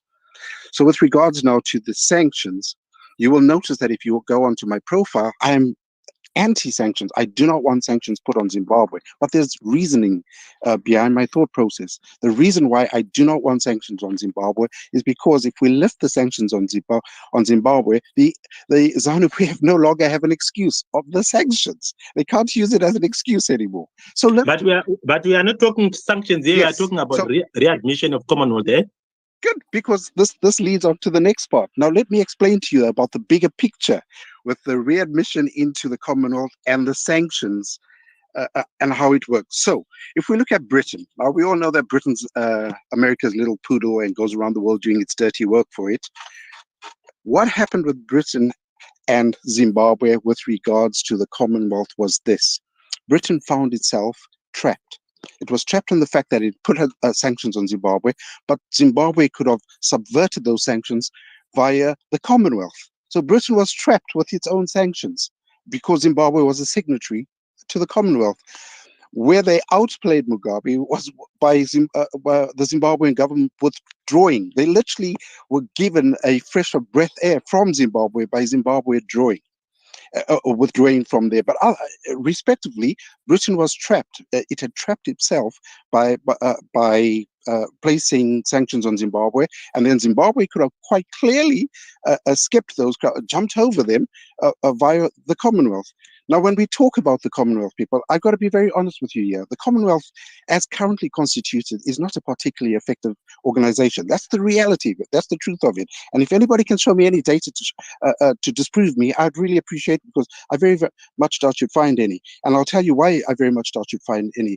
There's very flimsy research from the Secretariat of the Commonwealth Trade Heritage to show you that there's hardly any data on like trade costs and the wide variations in the extent to which the Commonwealth countries trade with fellow members. There's hardly any data on it. Commonwealth is, I think, a toothless organization. There's no merit to be in the Commonwealth. And if you look at the unfairness of what Britain does with regards to black Commonwealth citizens, it's really unfair with regards to visa restrictions and everything. It doesn't do it to the New Zealanders or the Australians or the Canadians. It's white Commonwealthers. But if you look at the unfairness of what they do to the black ones, there's something that should be eyebrow raising. Then it also raises another thing with regards to the Commonwealth is it's a bit of a situation where Africa itself has found itself trapped, right? A minute to go. Sure, thank you. We have the African Union.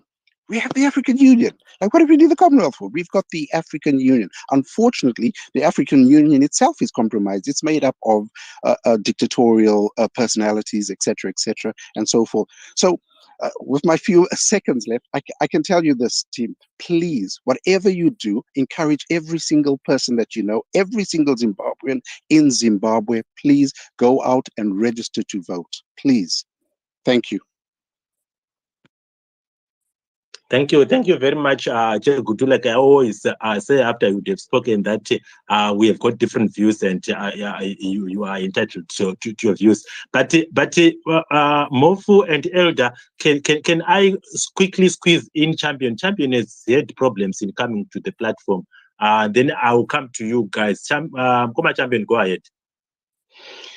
Oh, thank you, Maita basa zvenyu. I think because someone have said something that has no substance. If Britain was strapped by its own sanction, where are the projections? Where are the cash flow projections that can give us that idea so that we can be able to agree, all of us together? Then from there, we go back to 80 members that were sanctioned. It's not Zimbabwe. So let's not waste our time talking about sanction and whatsoever. And when you are someone who is not a CCC member, we all know you are not a CCC member because you don't have any membership that you are entitled to. So lying is not going to help us here.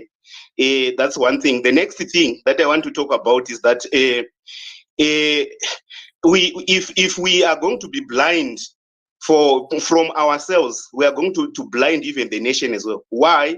Because when you don't know what is called international trade and what is called trade creation and what is called trade creation and what is called trade diversion, it will be a difficult thing for you to understand why all these organizations, especially, let me start with Africa Free Continental Trade Area, Preferential Trade Area, Commonwealth, even World Trade Organization, GATT, even NAFTA, and so forth. If you don't know what is called trade creation, you are even doing service to yourself, because once you become part of the member, there are benefits that comes from the member by achieving low cost and so forth.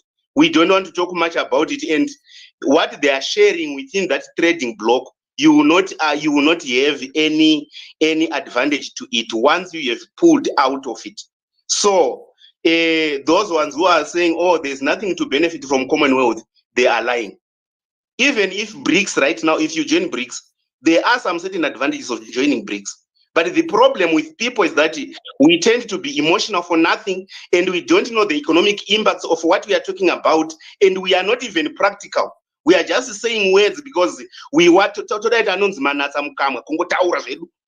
nyaya isi yokungotaura yokuya paplatform fere after some time woenda zvako wobva wapedza kuti ndavagona ndachitaura. When we come on these spaces, we are not coming here for winning arguments. We are coming here to practically helping people, so that by tomorrow you become someone recognized about helping other people. It's not about, hey, I want to talk about sanctions, and the moment I know that there are 80 people who were put on sanctions, and the Human Council Security Report of 2002, which outlines people who were laundering money in Zimbabwe, and these people, they were not laundering their own money, they were laundering public money. If you go to a newspaper, Zimbabwe in 2008, there is a statement, there is a topic which says there, the participation of Zimbabwe in DRC is going to hound them back, right? It's there. So when you come here on these spaces, we are not here to spread propaganda. We are not here to spread nonsense, because we all want to be nonsense, and we want to make sure that people are stupid. That's not the purpose of these spaces. Let's help each other. Let's talk reality. What is trade creation? What is trade diversion? What are the impacts when I move out of a certain block? Zimbabwe was not chased from Commonwealth.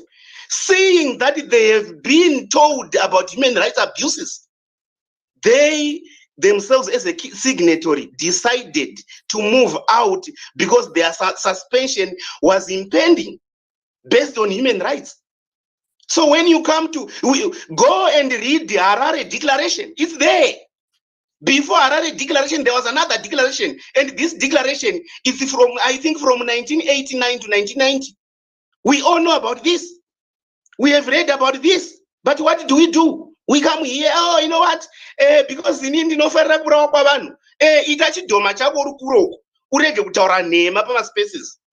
Haumanikidzwi kutaura nhema. If you find someone manikizing you to speak nonsense and to spew propaganda, there's a problem. Please give us sanity on these spaces. We are not here to play. We are not here to warm spaces. Hadzitombodi hiti yako, hadzitombodi muromo wako kuti utaure nhema, taura chokwadi kuitira kuti mangwana vamwe moda kuzvita vanhu ve3C mukaenda pamaprofiles enyu you find kuti aiwa kutaura zvakati hakunditi munhu wecc, kutaura zvakati hakunditi munhu wakati uri munhu wakati zvauri izvozvo zviri right. If you are murakashi, farira kuva murakashi, so that people will know how to handle you when you come to these spaces. Why would I lie? Inini ndinofarira kuti Zimbabwe isununguke, kwete kuti isungwe nezvimwe zvidhara zvakakonewa. I did not force them to fail. That's number one. I did not force anybody to fail in Zimbabwe. They were given environments, not environment, environments for them to change. And if they have failed to change it for the better, and change it for the worse, arresting people who are attending family meetings, people who are attending private meetings. Saka ndikati ndari kumba kwangu ndakutonoudza mapurisa inini because imimi munoda kuti titaure nyaya dzenyu dzomunoda propaganda yenyu nokuda kuchinja vanhu mochinja space kuti kwai nhasi aiwa toda tobva taihijeka tochinja toita zvatoda isusu. Kana zviri izvo zvamune mavinga pamaspaces ka ukangoona ndabata mike chitoziva kutoti handikusiyi and handina kukama newe. You don't know me. I'm not your friend. I never been your friend and I will never be your friend. Don't ever think kuti unoda kutaura pano pamaspaces ka utiteera pamatwitter oenda kuinbox oti iwe deno wajoina kwedu kana musina vanhu vari eloquent enough to speak for your nonsense. Go and look for another mine to dig. Not to dig on my mine because I am eloquent. That's nonsense. Usatouya kuinbox bangu uchitaura nhema kuti unoziva ndoziva musi unonhanikirwa unobudiswa jobs kana wakaziva musi unobudiswa jobs kana zvinei izvozvo ndini ndakamusunga zvounondipa arguments ako enhema. Inini I will support freedom of Zimbabwe. When I talk about Commonwealth, I will talk about trade creation and trade diversion. Zimbabwe iri kuruza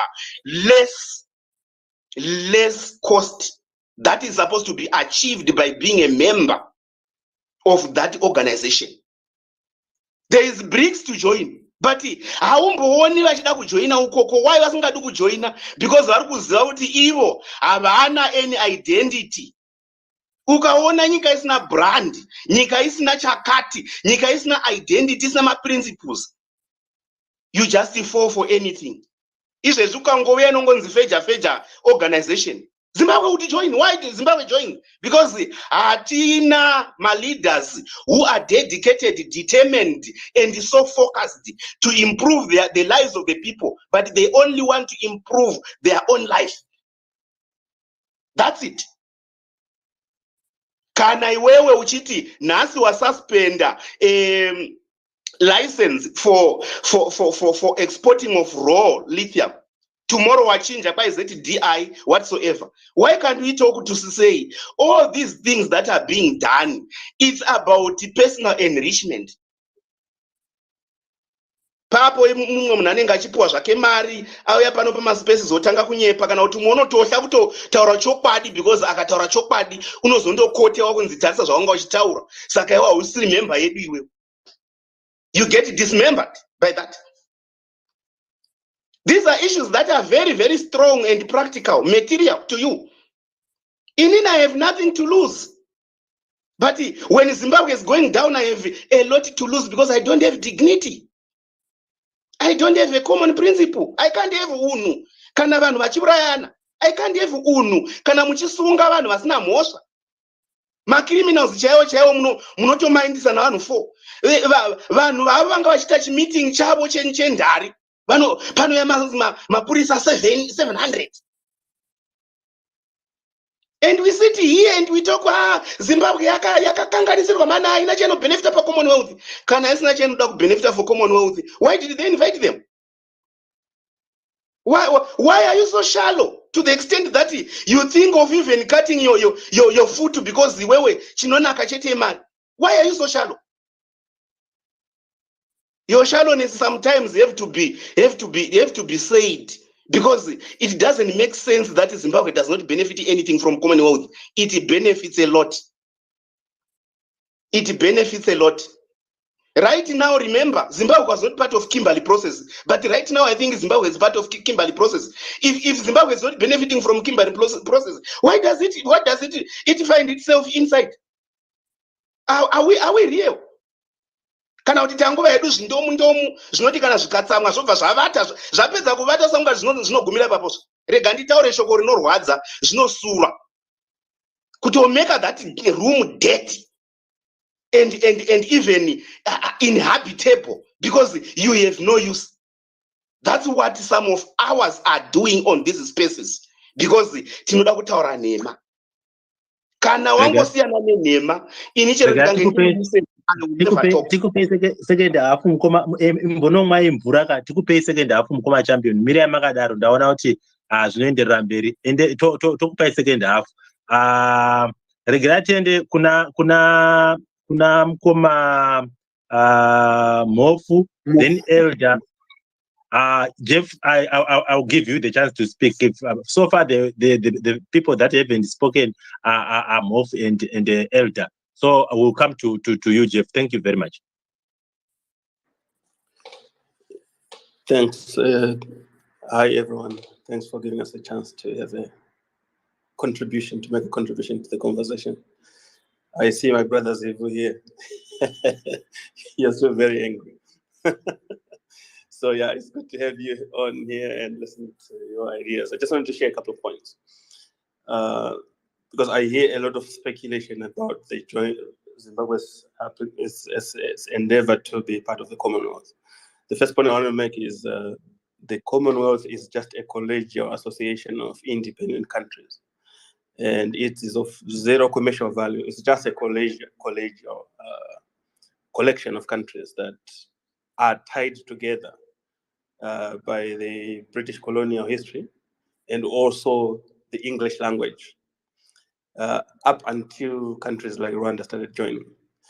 That's the first point. The second point is countries that are part of the Commonwealth are free to apply to rejoin, and they are free to exit anytime. So there is there's no rule that binds those countries, which is why Zimbabwe pulled out. Zimbabwe is not the first country to actually leave the Commonwealth. Several countries have left the Commonwealth, and countries like Ireland, Maldives, and many others have left the Commonwealth, and some have applied to rejoin. So there's nothing new. It's not unique to Zimbabwe. This has happened over the history of the Commonwealth from way before the Second World War. So it's nothing new. The third point is Zimbabwe withdrew from the Commonwealth and expressed interest. Early on in the expression of that interest to join the club,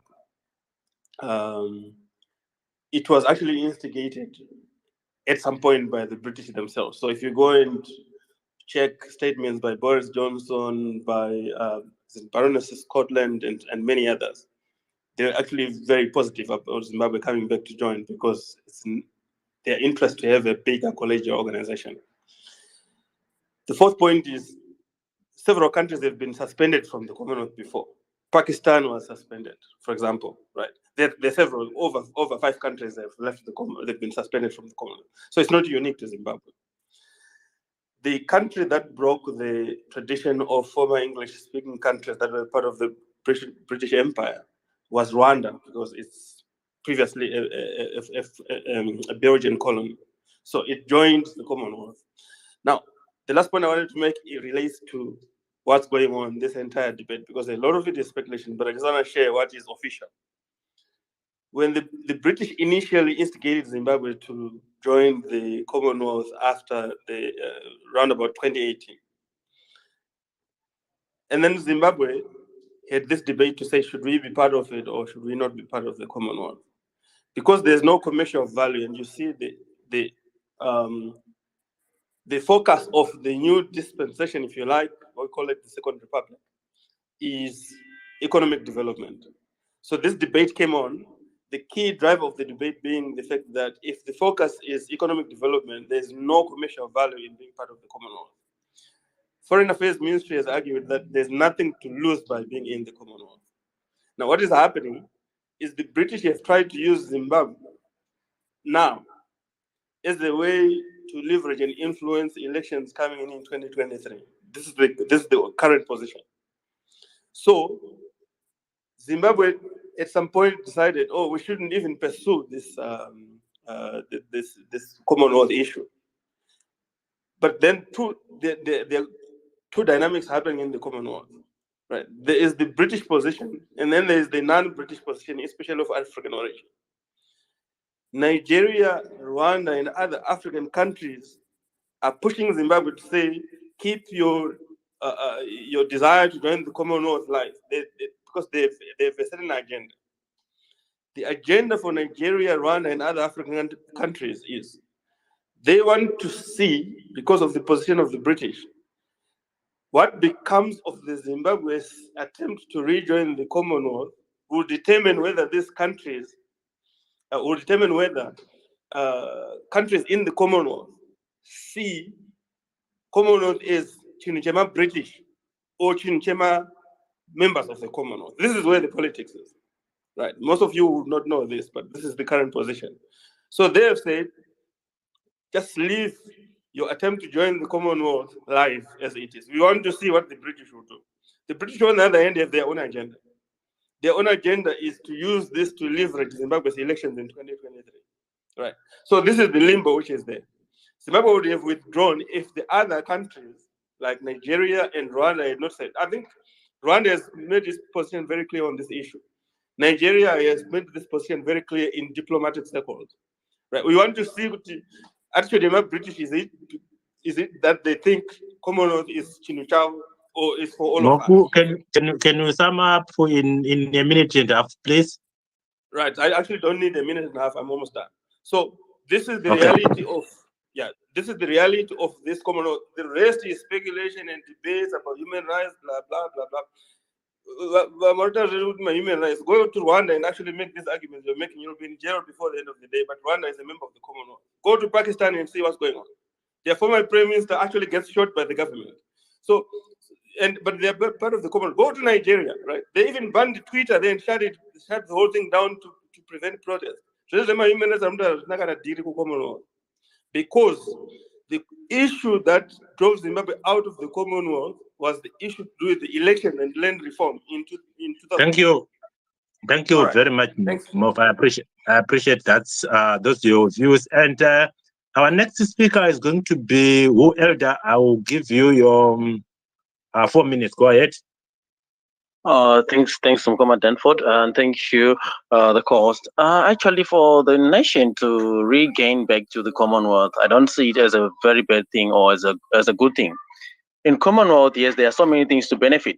That is when the nation will be also accepted to be trading, importing and exporting things. At the moment, there is no way the nation is actually exporting things out of the country or importing many of the things that we might need for the nation to sustain. Why? There are so many things which actually happened before, and that's why they want to see if Zimbabwe can reform from those things. Right, the first thing is human rights violation. 2 is corruption. So many things in between those things, they need to be tackled out so that the nation can regain the Commonwealth where they can manage to export and import things. Right, Zimbabwe used to be a breadbasket of Africa. We all understand that. We used to have so many manufacturing factories, but yet at the point of time, there is none of those existing due to a lot of things. And most of those things we don't have to express on keeping on talking about them each and every day. But Yet we do know and we do understand. If the nation became a family business, there is no way the nation is going forward. That's why we need a reform. We need a change. We need to re-elect new leaders with new strategies, with new performance. The old strategies and the old performance cannot sustain the nation. It keeps on shrinking and shrinking and dropping the nation from growing and growing. We can say many things, but for much is needed. I don't want to speak much as I don't have much time. But for now, I can say we need to reform ourselves. Yes, we are the champions, and that is why we are actually urging and actually telling our families and our brothers and our sisters to vote for change. That's all I can say for now. I don't want to contribute a lot because there is much I need to contribute, but I don't have enough time. Thank you, Dobbs. Danford. Thank you very much, Elder. Dr. Maifa, I would want to believe you have got something. It has been long, and to go to Jeff Mkomas Matters, I see you here, and just to inform people that today we are going to be closing in the next 32 minutes. Dr. Maifa. Thank you very much, Comrade Denford. Thank you, Mofu, for your submission, and thank you, Elder. It's very worrying, and Comrade Denford has already mentioned it. We are allowed to copy things from others, but let's copy positive and constructive things. To come to a platform where level-headed people are and say Rwanda is doing it, so and so he has got a human rights abuse record, but he's still there, like Mofu was saying. It baffles my mind. Kana munhu akaitira weti mupoto, iwe wakuenda wafuta wakunoitira tsvina mupoto uchiti zvinotoita. Let's be reasonable, ladies and gentlemen, and we want ideas or submissions that will move Zimbabwe further, positively. If Rwanda is killing people, it doesn't mean that Mnangagwa should kill people too. That's so wrong. Thank you, Mkoma Denford. Yeah, thank you very much. This is what we expect when we come here, and sometimes we need to engage. We need to engage. Ultimately, we are going to be transforming a lot. Jeff, I thank you once again for being so patient. Go ahead. I will give you your 3 minutes, and we'll go to Mkomas Matters afterwards. Thank you. Yeah, right. I only want to say the point which is being driven by most of us, right, it's not to sanitize whatever the atrocities or whatever negativity or whatever quarrels we find ourselves within us as a nation. What we are saying is the values of such groupings of Commonwealth is not to tell us how we must govern ourselves or for us to be incorporated in the Commonwealth. It's not a right of any nation to tell us how we must govern ourselves together as one nation, or to interfere with our processes in our own country. That's the point we are putting across.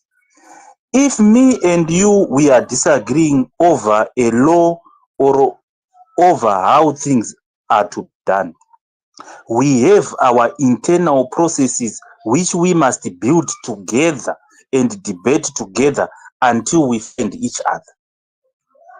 We don't need somebody with intentions to enslave us or to divide us, to come and accuse us of what they do worse than us.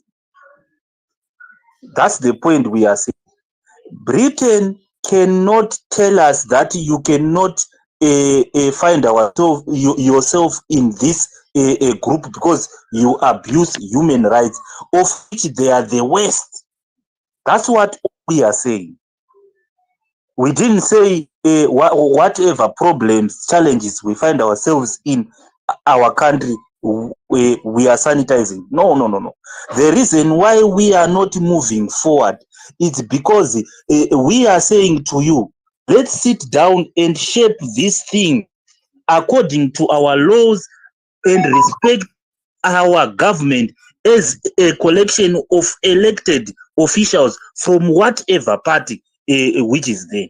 That's what we are saying. But the problem is when somebody who is outside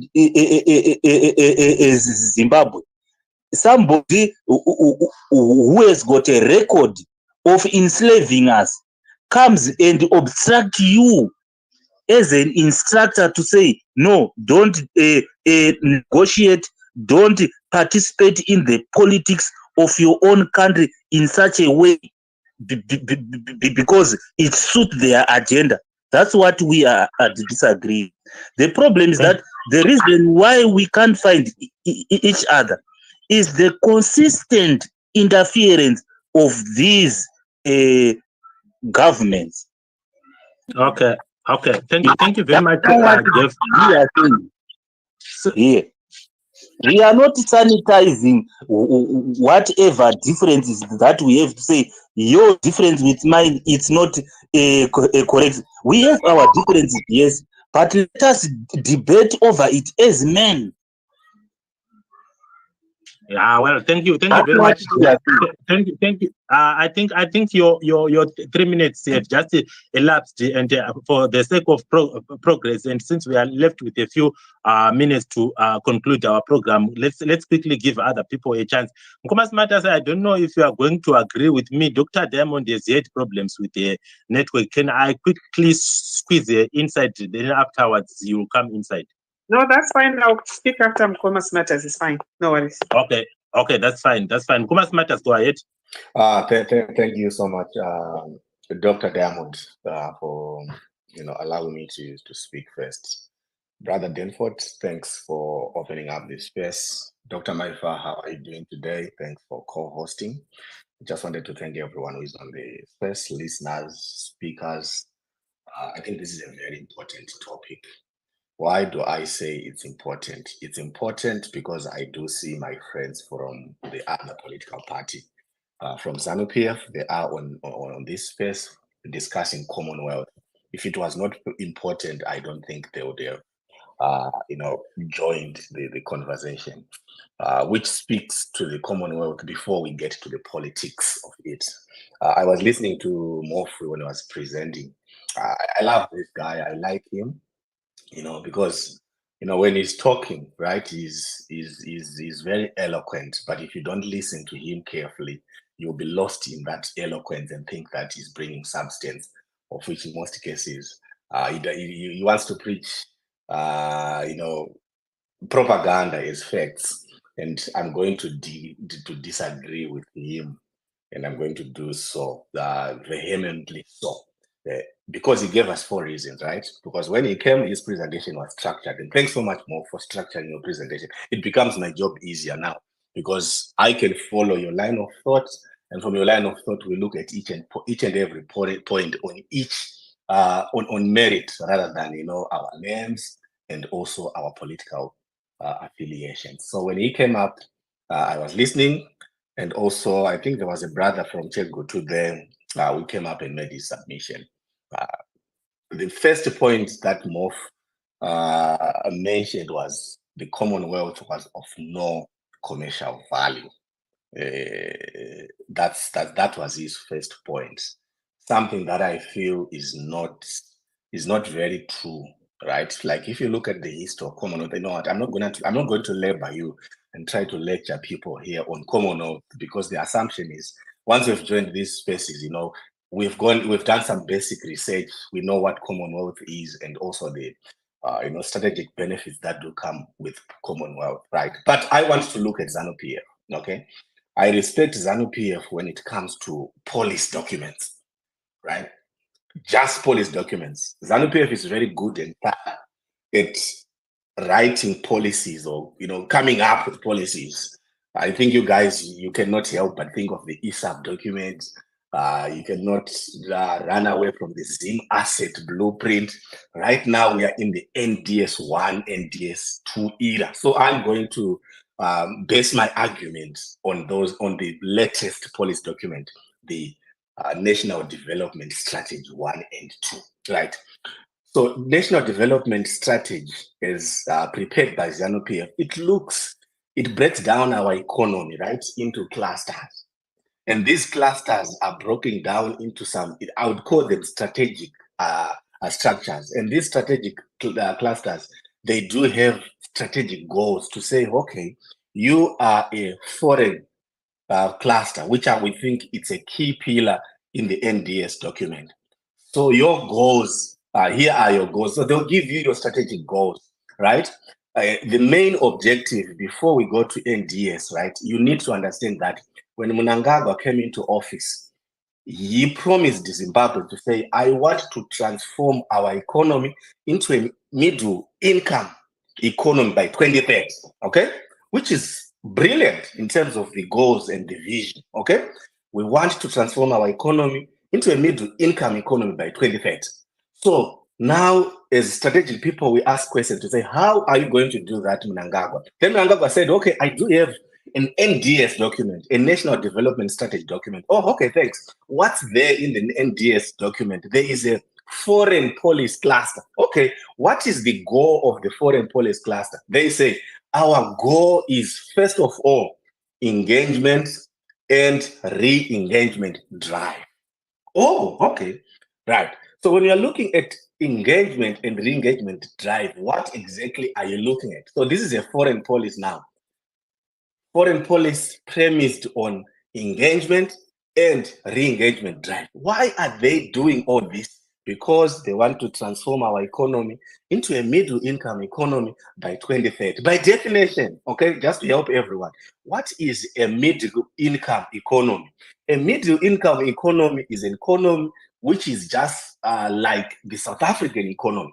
When you go to South Africa today, the infrastructure that you see there, when you go to Kenya today, the road network, the communication network, all those, that's just a depiction of a middle income economy. So Mnangagwa wants to take Zimbabwe from where we are today, where we do not have proper road network, where we have problems with our network infrastructure, where we have problems with our institutions that are captured, they're not independent. And they want to transform it into a small Kenya or a small South Africa. And how are they going to do this? They're going to do this through re-engagement and engagement. And on top of their to-do lists, they have Commonwealth.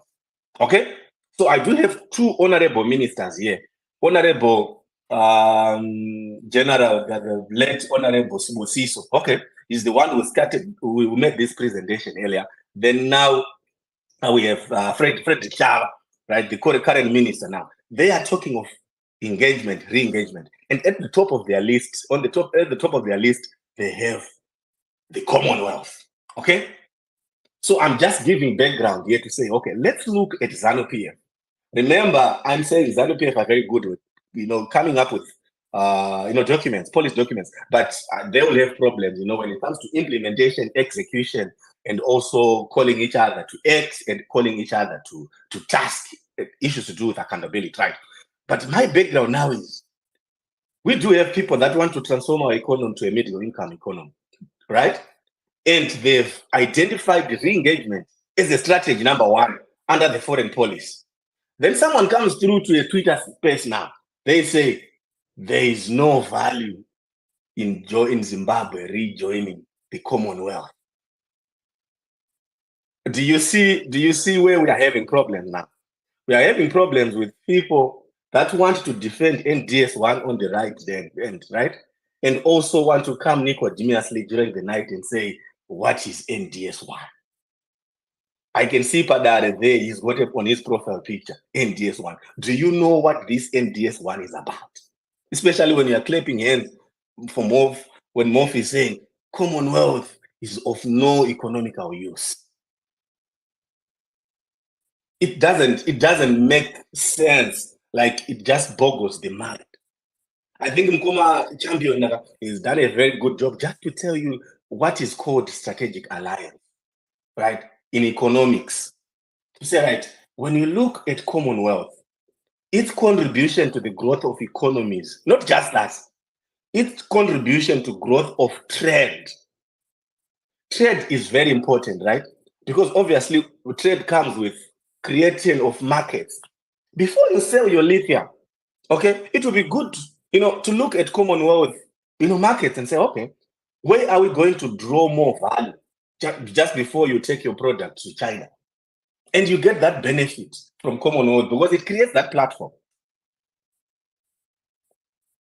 The best practices of businesses. So Mkoma Denford, for me, my presentation, I always want it to be structured because I don't want to waffle. I want to look at things. He said Commonwealth is not of any economic value. Then NDS 1 document says otherwise. Therefore, my argument is, if we're going to look at the NDS 1, because that's one thing about ZANU-PF, they don't come out openly and admit to their failures. But when you look at their policies, right, that's where they will make some admissions in their policies. They will not come up and tell Dr. Skilled Labor that we have failed in the health sector. But now when you look at the NDS 1 now, that's when you look at the smart health systems that they want to implement. They will not admit. They will laugh at President Nelson Chamisa when he's talking about bullet trains. But when you look at the NDS 1 now, they'll be talking about road network, how we want to dualize our roads, how we want to improve, the communication and all these things. So the truth is in their document. I felt, I don't know what Moff wanted to achieve. Commonwealth contributes to the growth of economies and trade. If it was of no commercial value, why are we having ZANU-PF people on the space? 1.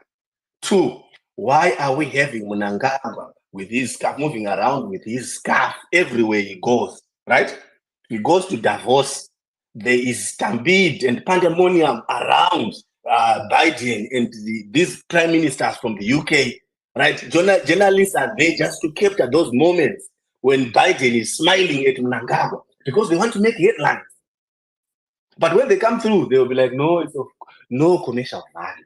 What do we want to achieve? So when we're discussing these topics, guys, let's put our politics aside, right? Look at, yes, before we go to human rights, okay? Before we go to the rule of law, because Commonwealth, it comes with the rule of law. But they are not going to come and police you and say, no, Job Scala has been incarcerated for more than 7 months right now. Okay, so Mnangagwa, we are taking you to an international court. No, they're not going to do that. So we know what's happening in Pakistan. We know what's happening in Nigeria. We know what happened with the Tutsis when you go to Rwanda. But you can't give that as justification now to say because in Nigeria, Twitter was banned. So in Zimbabwe, Commonwealth should not say nothing. That's a weak argument. I don't expect to get that argument, from people that want to call themselves technocrats or economists. That's just weak. Right. So let's debate based on substance, advantages, if there are advantages and disadvantages. But for me, if there were no advantages, then Mnangagwa is in his first speech, he would have not spoken about the Commonwealth. He spoke about the Commonwealth because he was trying to win the hearts and the minds of Zimbabwe. That's why he said, I'm going to rule Zimbabwe differently. I'm going to try to engage and re-engage. I'm going to look at Commonwealth as number 1 on my to-do list. I'll send Busiso. I can't remember number of trips that Busiso made to the UK, just trying to, re-engage with the UK. If it was of no commercial use or commercial value, why was he wasting why was he wasting his time? And also, why was he wasting our resources if those trips were not going to bring any value to Zimbabwe? Thanks, Stanford. Well. Thank you very much, Mkoma Smartas. And we personally, I am so much appreciative of your consistency, and I'm happy that in as much as there could be a number of people who might not want to really take what we said, but in the back of their minds they say this is speaking. Now amachisamba ndongotedzera zvaimbotaurwa namachisamba kuti chakutsuka chode kukwata. Dr. Maifa, what do you have to say?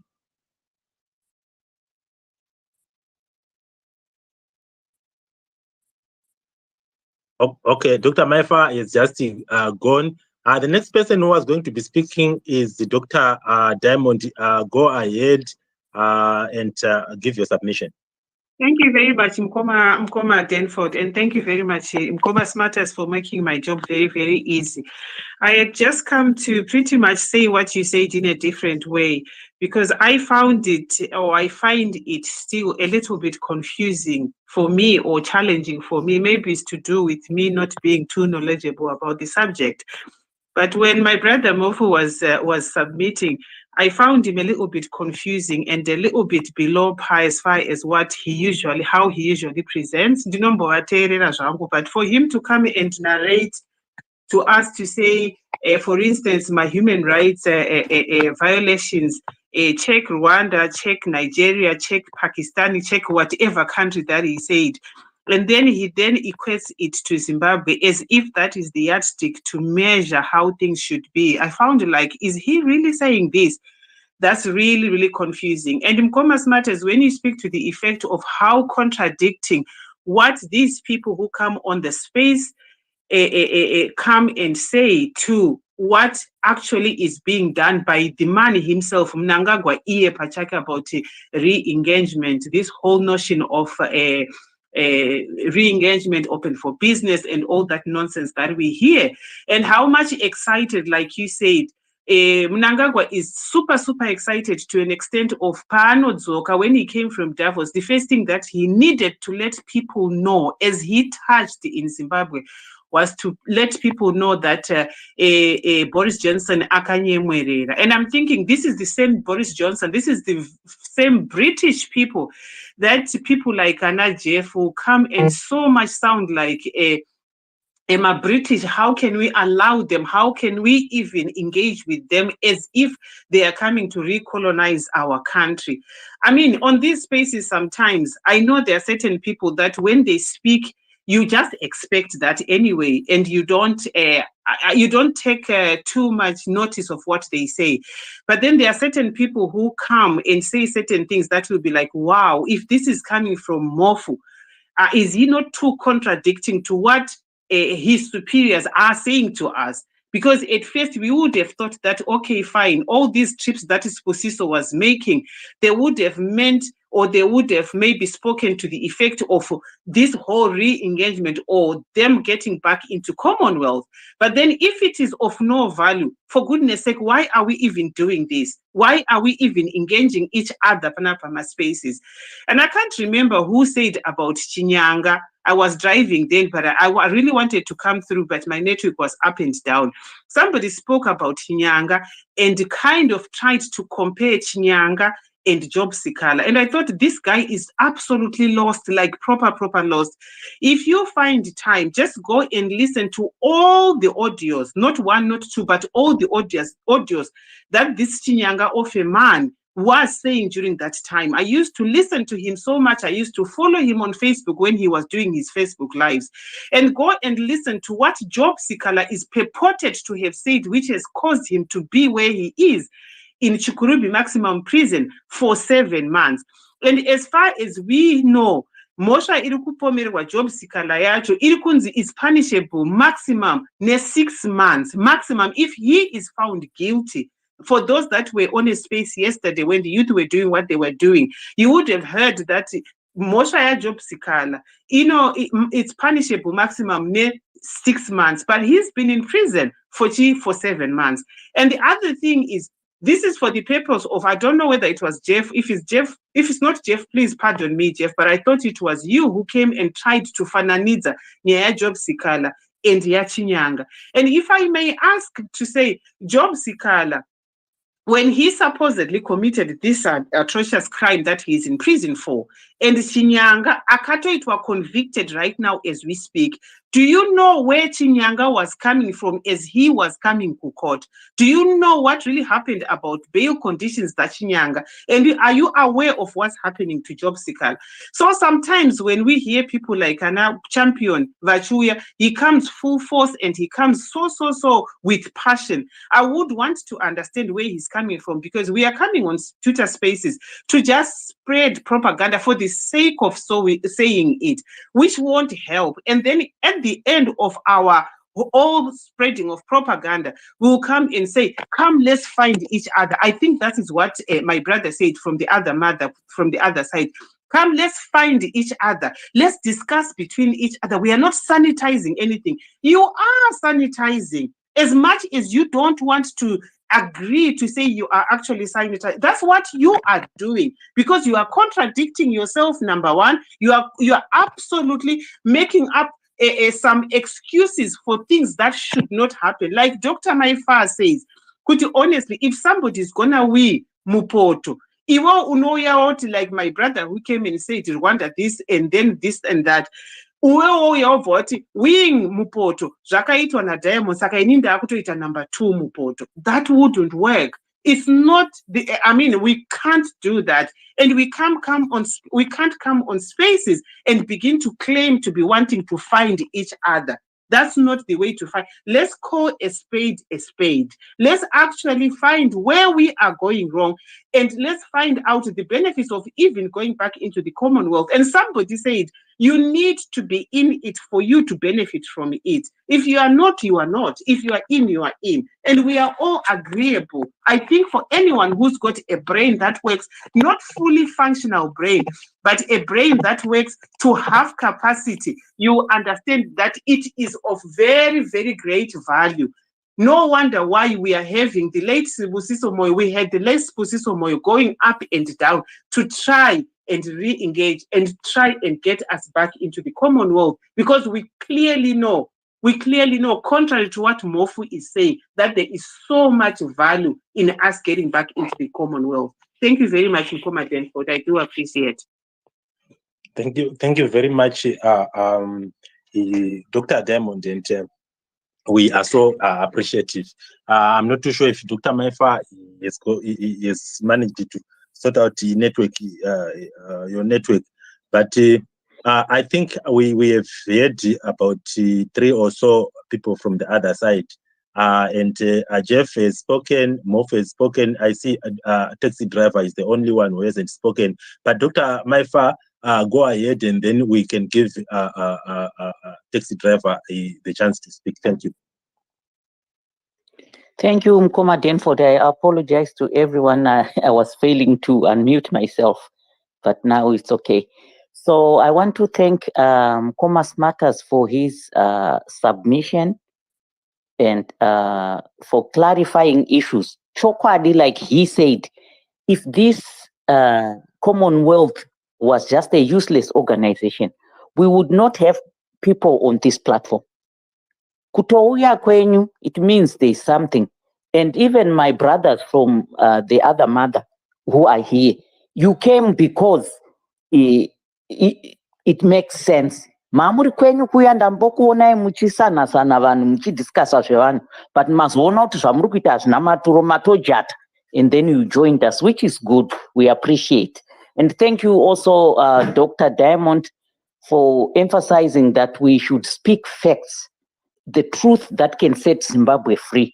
Takaramba keep spread the propaganda. It's not for your good. It's not for anybody's good.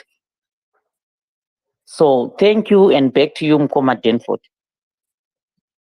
Well, thank you very much. Taxi driver, take it away. Good afternoon, and thank you very much, everyone, for the space. It's a great space, and thank you, co-host and host, for creating a safe space for people to engage. I think the psychological safety, I had you protecting people and removing descriptors that people were trying to put to people, and I think you have left it out to rigorous intellectual engagement, and I see it, and Smarters did not shortchange us by doing that. But I think there is a point that Moff was making that was misunderstood, in my view. Challenge me if you can, and if you want, and that's the purpose of this space. I think the point he was advancing was, if you look elsewhere, right? If things are fair, if they're put on a scale, and you use a deductive method, we should see all societies being affected maybe by the Commonwealth conundrum. It doesn't necessarily mean, I mean, sometimes you use deductive methods to arrive to an answer. It doesn't mean those don't work, right? Or it doesn't mean they work, or it doesn't mean you're validating those things, right? Atinauti muno aitre number 2 mpoto. But kuti kana kuitira number 2 mpoto kuchirovesa, tofana ona munhu wese achirohwa. I think that's the point that was being advanced, right?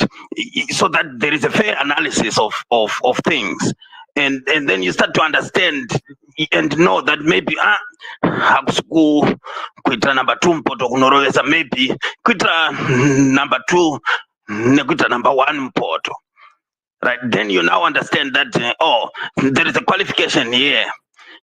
Kana urohwa unoisa number 1, number 2 mpoto urohwa.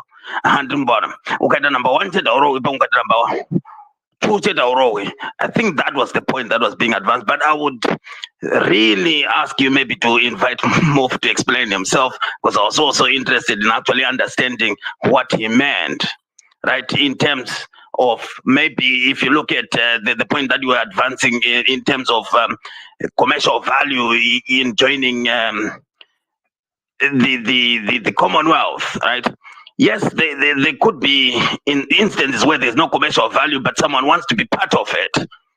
Maybe that would be a more interesting question. Maybe that I also want to understand from Moff, if there's no commercial value, if Smarters is saying, NDS1 is saying, let's join, why are we wanting to join?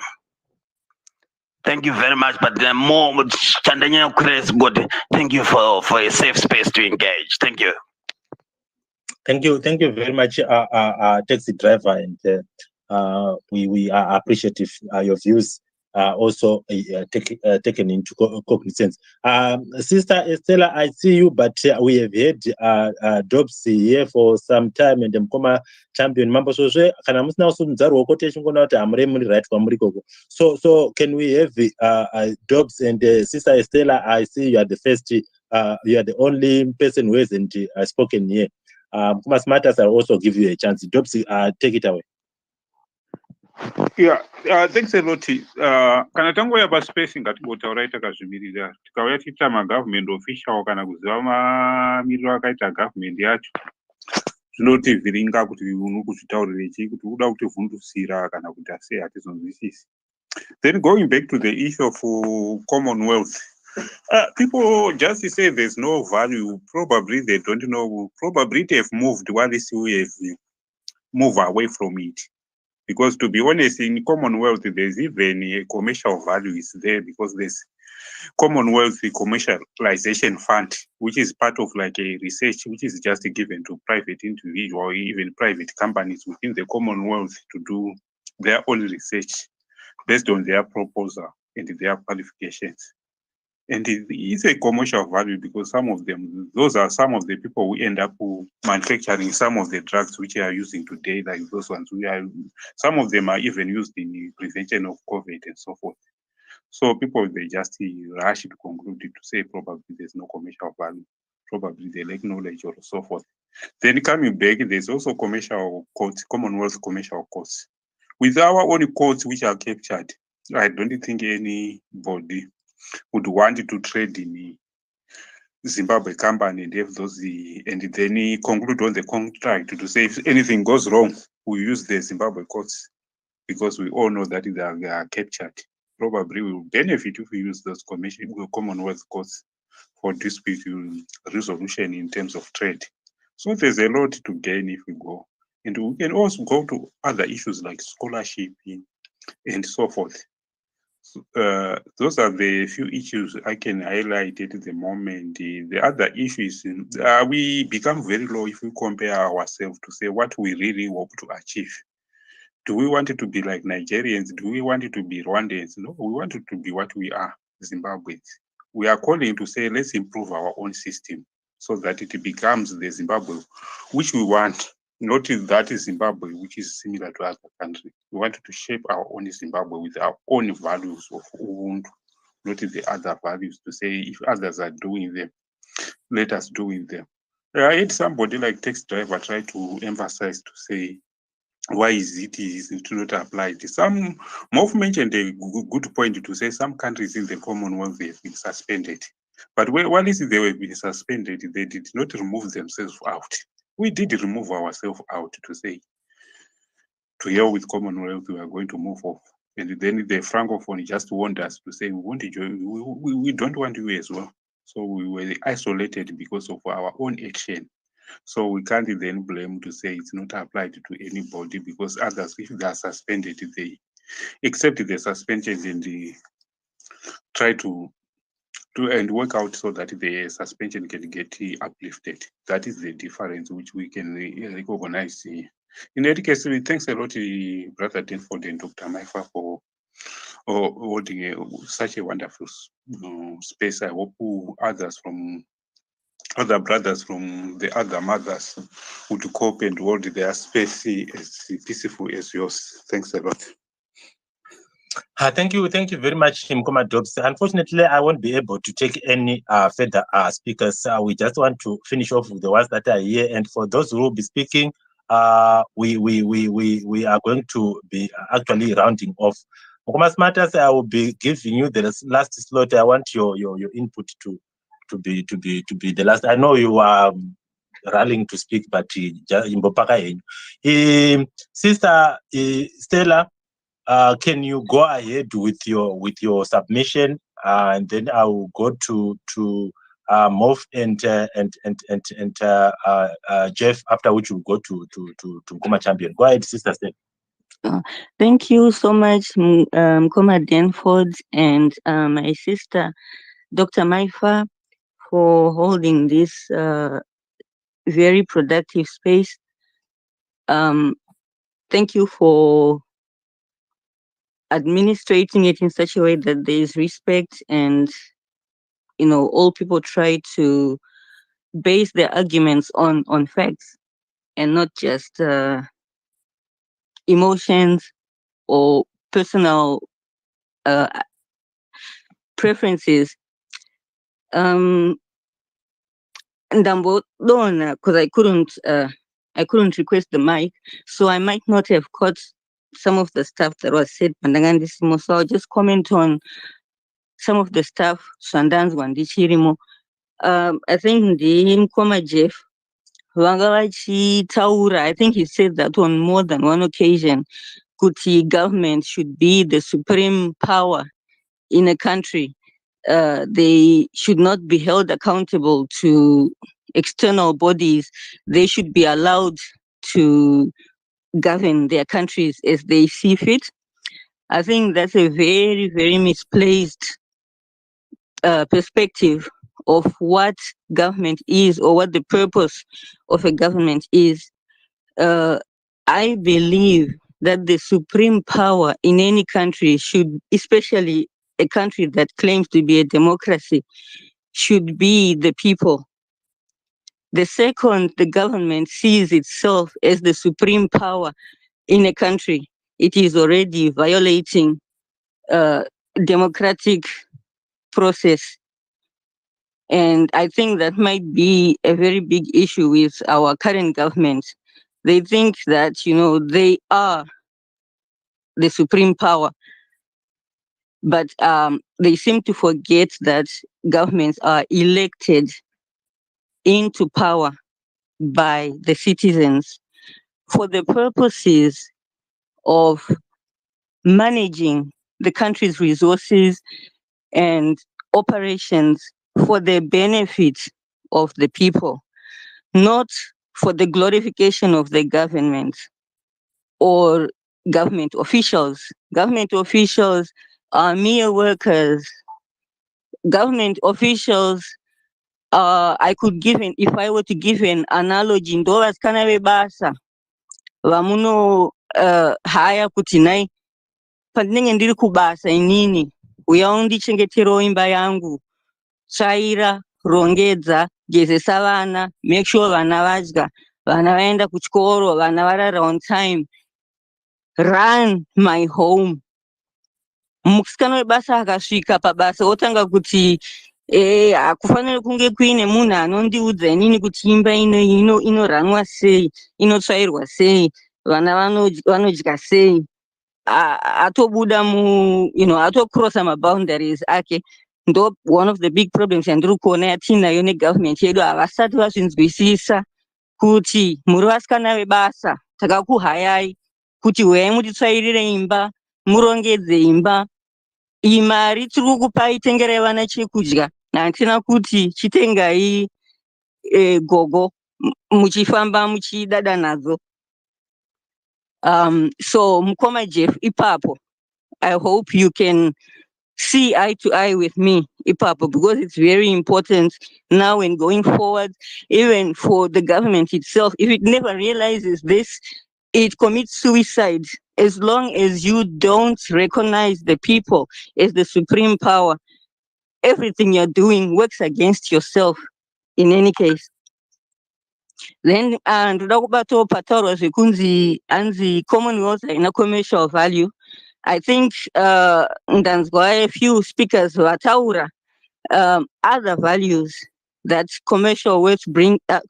Commonwealth brings to the table, and I think the previous speaker vataura futi kuti commercial value inokwanisa kuwanikwa through which avenue. I think it's a little bit short-sighted to join only organizations that bring commercial value. Not everything we do in life is about commercial value. Kune zvakawanda zviri very important zvinofanira that need to be part of life, for life as a whole to be ideal. Hakusi kungotsvaga mari chete, mari pachezvayo haikwani. Yes, it's very instrumental in advancing the other aspects of life, but it is not the ultimate goal of life. And commercial value is not the ultimate goal of a nation.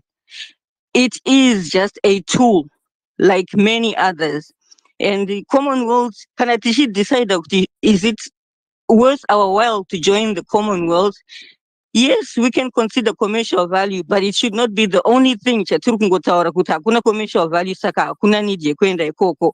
That can be a little bit short-sighted. Of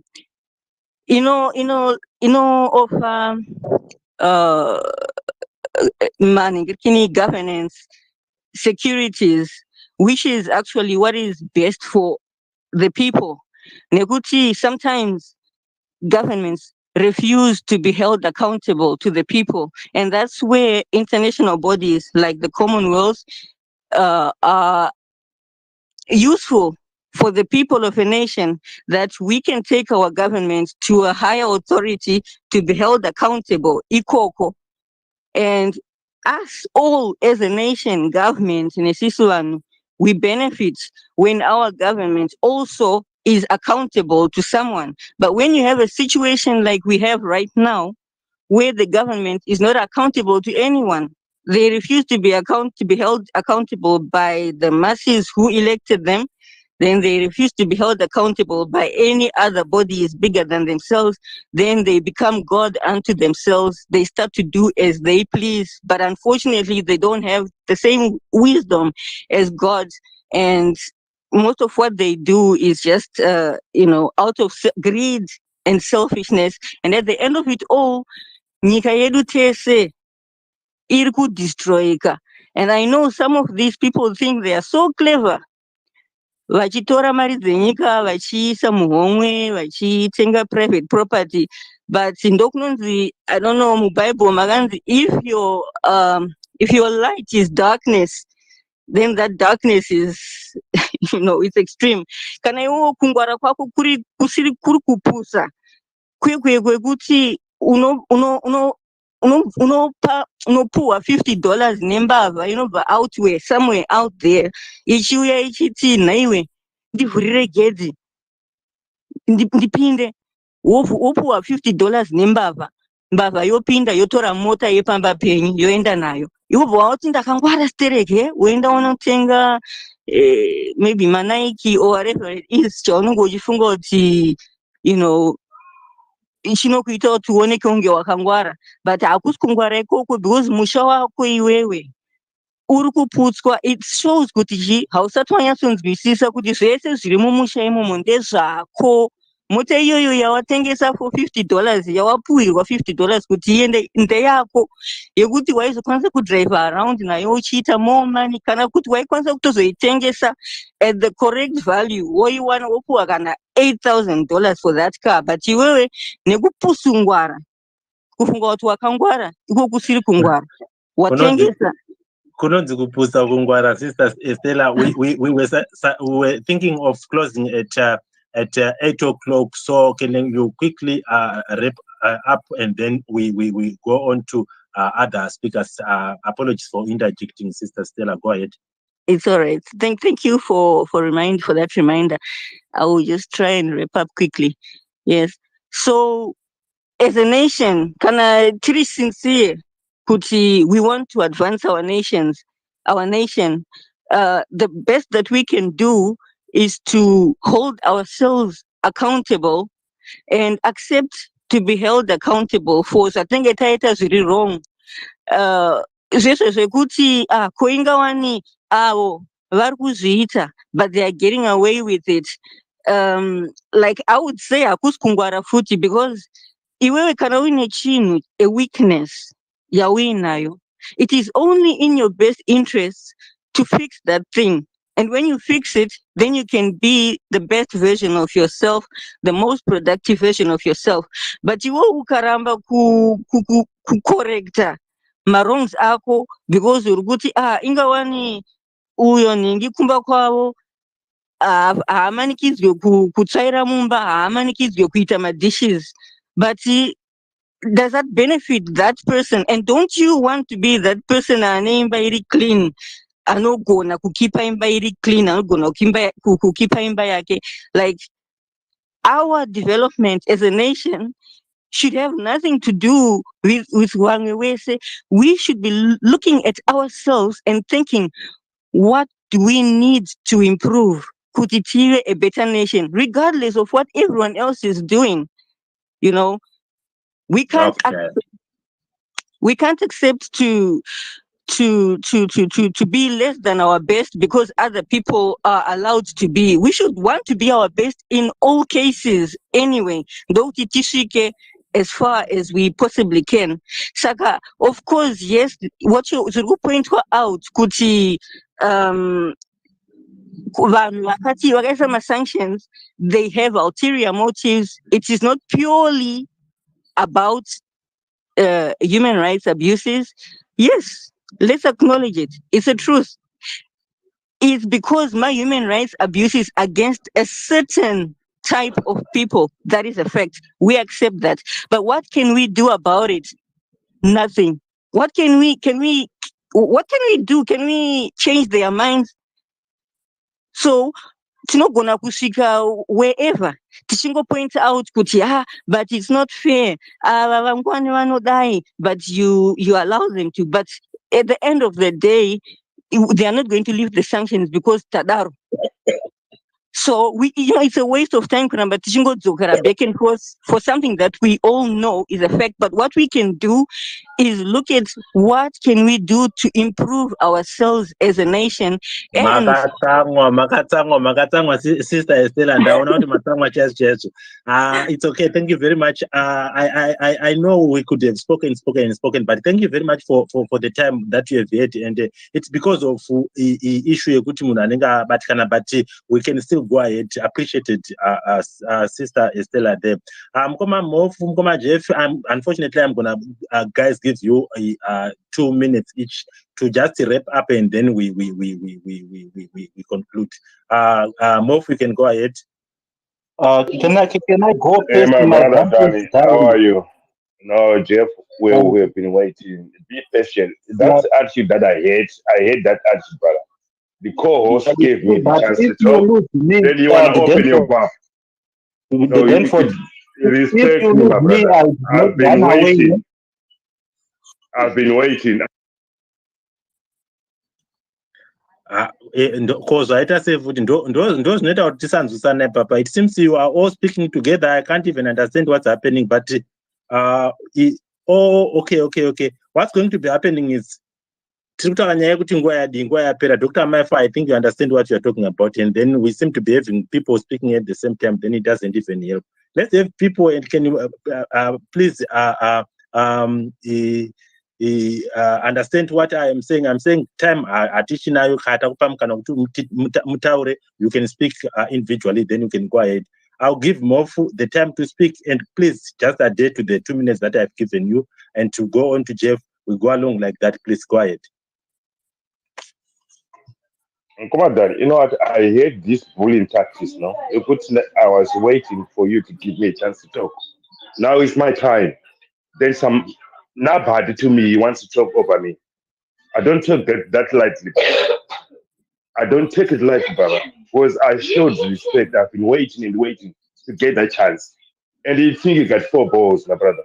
You are just nothing. Respect me and I'll respect you.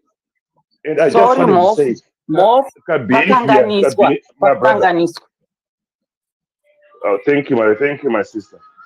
Kabehavior kanenge bullying, karimo mzanpi, even from the top, kusvika kuna vepasi ava vanoshandiswa mwatinofira kuti maybe haana chainacho in life, but akutora kabehavior keukebully.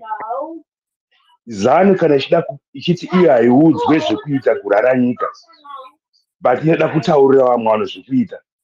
Who the hell do you think they are? Right now, they go all over, CC and other structures. Why you want to tell us what to do? We do what we want. Don't tell us what to do. Koya, panyaya manga mkitaura during the day. I don't know maybe the level of thinking my Zimbabweans tabada sugar pass that say. Munopopotera Freeman kuti akavaka chikoro vana vari kuita mabasa pachikoro, then what is abuse. What about vana vari kufunda pasi peuswa akagara pabango mvura ichinaya? What do you say about that? I don't know, my brothers, my Zimbabweans. Some of us, we are okay here. We can afford anything for my kids. But munhu akagara pauswa chete. Imotaura kuti maybe a Freeman atadza, but ZANU-PF yagona. I've got no kind words for you guys. I've got no kind words for you. Chinjai unwenyu, chinjai. And we are going nowhere. ZANU-PF inoita zvinhu. Haisi Zimbabwe we the Zimbabweans takati Zimbabwe ngaibude muCommonwealth. It is ZANU-PF. Now ZANU-PF yakuda support yedu. Did they consult us? Did that little man consult us? He didn't. Now my sanctions are kauya. The next day muguti my sanctions are nabasa. The next day muguti my sanctions are kwadza. The next day muguti angatite October 25. And it's very sorry that day maybe it's my birthday I should be celebrating. And it's not in the battle. Zorangu kusanganiswa nezvinhu zvisina basa. Be organized. Kuti ma sanctions abe zvakanyorwa zvese zvinoda kuitwa. Hakusi kuti vanhu vakukuudzai zvekuita munyika menyu. But munoti kutobatsirwa. But hamudi kubatsirika because mune umbimbi ndoga. Do you think kugara mamisha uko uchirima and you are just 30 years but you look 50? Ndewapa ndokumusha zvezvo vanorarama up to 60. They are dying younger. They've got nothing. Even ukana wakarima 10 tons, ukaenda parenya kwako ukungofa. Please guys, I don't know, but Don't nese mukoma sometimes ndowanzoba connection kana chidzilana vanhu vakadai so. But mafungira acho says even my 8-year girl panapa anotovhunga zviri straight. Umwe muti haasida kuita engagement. But akangobuda kunzoku he gets so excited kutosvika pakutozviitira wait. EAD. Ane excitement yake count animal qualities president. You never know. Dai zvikamboramba zvakadaro. Then for the next 5 years, tombona tinosvika kupi. It's a shame. It's a shame. All right, guys, thank you so much. Thank you very much. Dr. Maifa, if you've got something to say, go ahead, and we can quickly go to the next speakers who are going to speak briefly, and then we close. I want to say happy birthday to Mofu, Indru Mzukuru Mofu. Something good that happens in your life today is kuva nemuzukuru ane dzinopanana moto. Ini muzukuru wenyu ndiripo, saka musatsamwa sekuru, dzorai moyo. Back to you, Mukoma Denford. All right, thank you very much. Jeff, get your 2 minutes. Go ahead. Yeah, right. The way I see this whole story, it is like this. You see, the problem that we have when we find some of our people saying there is no economic value, right? They are citing the interference of the British government in the readmission Commonwealth, and they are arguing that their interference in the readmission of Zimbabwe, is it intended to keep the status quo of which our Chichimurenga revolution was seeking to address? If you talk about respect human rights over a certain group of people, white settlers here in Zimbabwe, and their property rights, when you are not addressing what happened before, when the black people were dispossessed of their land, it becomes a question. That's when somebody tells you, okay, is a readmission of Zimbabweans of any economic value for indigenous people, when the aim of it is to advance the interest or the economic interest of the white minority who benefited more from colonization. Thank you very much, Jeff. We appreciate your time. Mukoma Champion, I'll give you your time. Muchazoterana na Mukoma Smarters makatsamwa ndokuona. Baba Mpare wandinokuona muri pano ndofunga rega tikupe mukana wenyu kuti mutaure, then toenda kuna Mukoma Ndaba.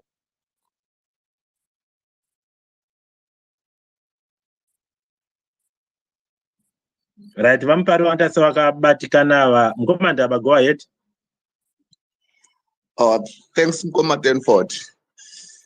Actually, I didn't want to speak. I've been motivated by the previous speaker, who seems to be blaming foreigners on every problem that Zimbabwe has. It's not Britain that went to Zimbabwe and say, come and join the Commonwealth. It is Zimbabwe which went to the Commonwealth to say we want to rejoin. That has to sink in Jeff's mind. Secondly, Zimbabwe doesn't comprise of docile people that in order for us to change the government that is not ruling us very well, we need to be assisted by foreigners. There's nothing like that. That's just mere propaganda that we are talking about, that it doesn't take the country anywhere forward where we want it to be.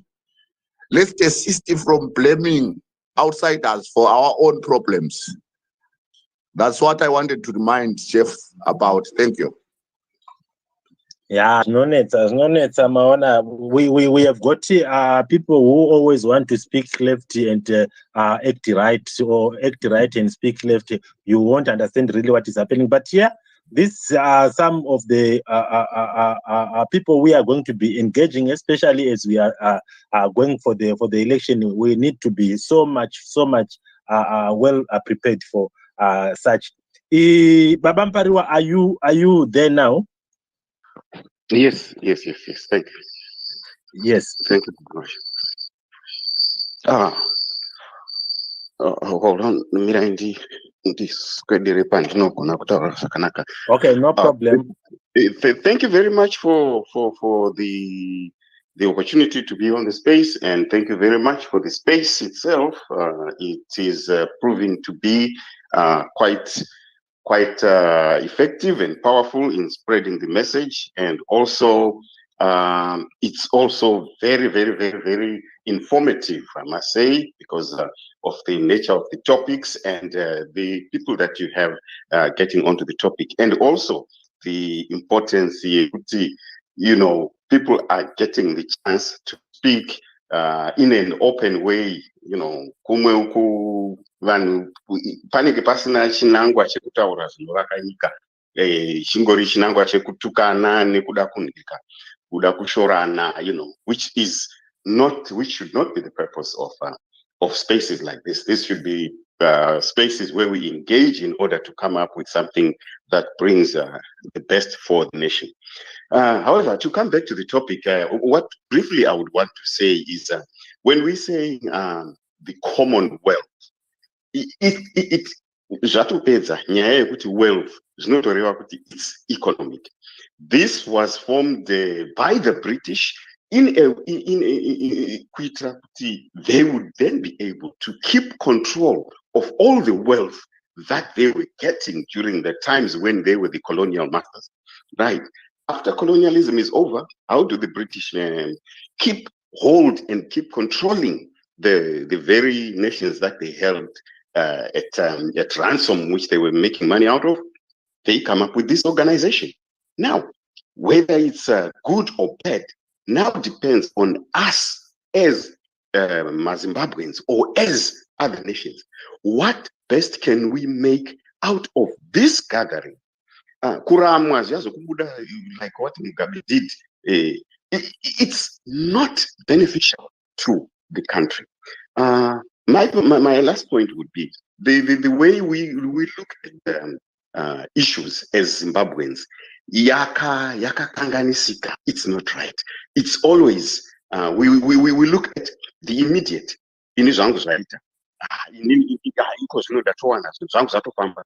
We are not looking. We do not look. We have been made not to look at things further than kuti. We just think of kuti. We forget kuti vana vari kuseri. Talk of generational wealth. What are we creating for the future generation? Because you have people saying, ndine maini, ndine chinyi. But what is the country getting out of it? So our being part of the Commonwealth should be used as a means of getting the best out of this gathering of people. Whatever it is that we can get out of it. Let's join all those gatherings, but let's make the best out of wherever we can be as a nation, as Zimbabwe, for Zimbabwe. I thank you.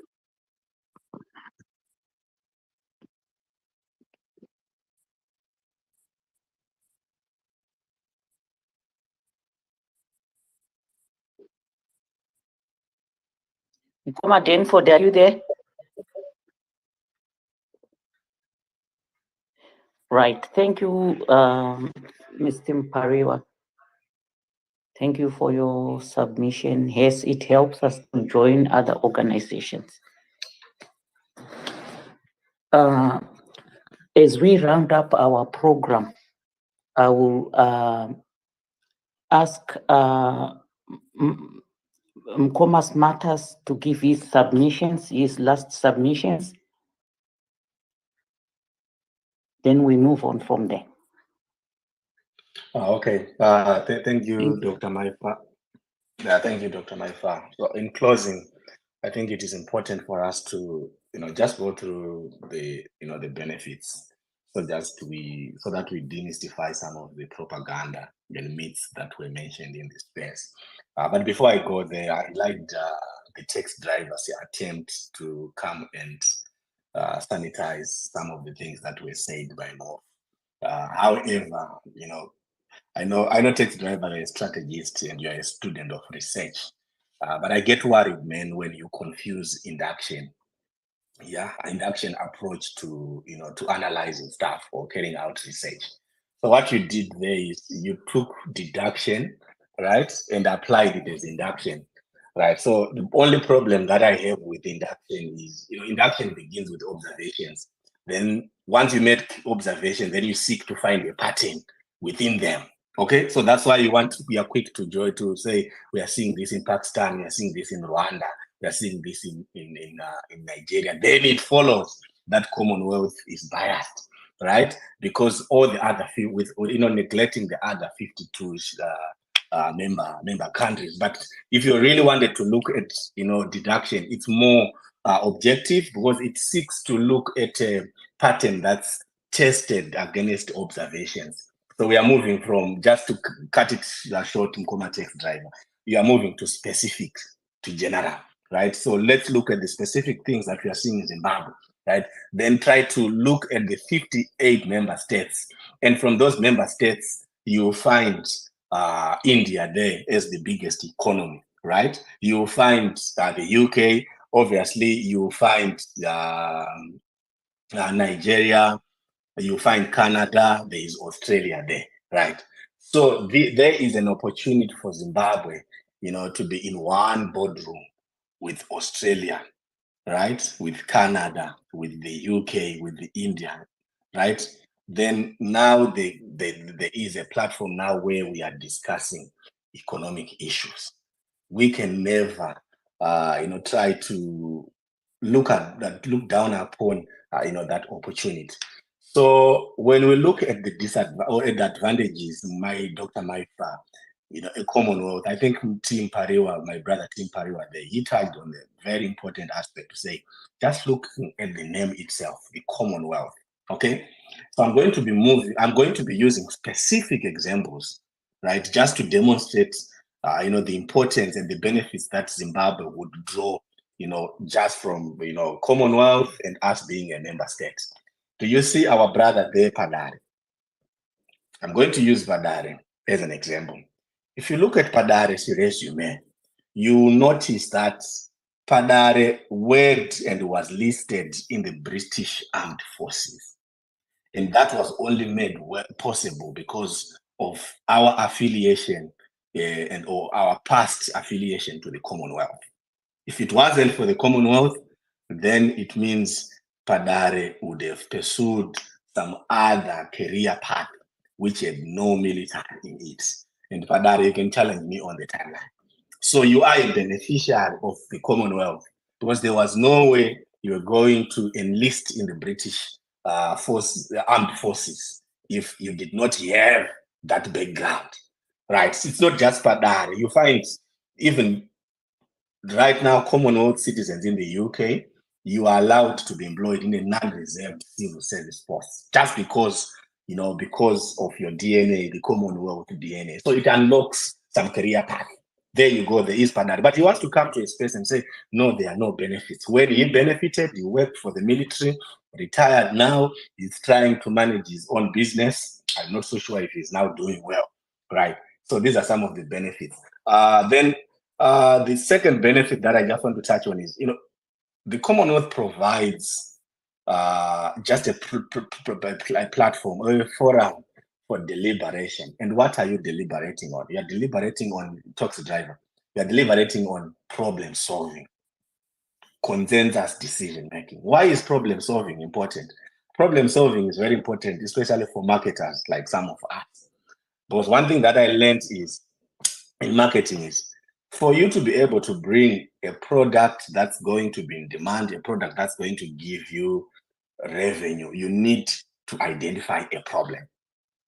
Okay, so if you go to Zimbabwe today, there are so many opportunities that we can that we can benefit from because of the problems that we are facing in Zimbabwe. For instance, you look at congestion as a problem.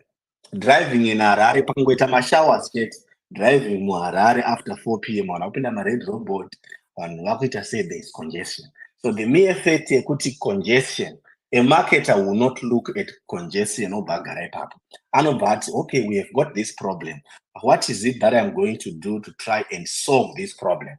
Then the Minister of Transport will be okay, I'm going to try and decongest our streets by bringing. Sorry for the mass. interjection, Thomas Matters. Sorry for the interjection. Could you please kindly prepare to land because we don't want to interfere with the prayer meeting coming up soon. Thank you. Okay, that's fine. So, all right. So, as I prepare to land. Okay, so how many minutes? I have a minute, right? Okay, a minute left. Commonwealth provides a Commonwealth provides a forum for deliberation, problem solving, just back to best practices. You want to know India. You want to learn from India, right? How they are managing their health, like their health industry, their health sector. Myself, I'm in Canada today, but you notice if you visit a public hospital here in Canada, right?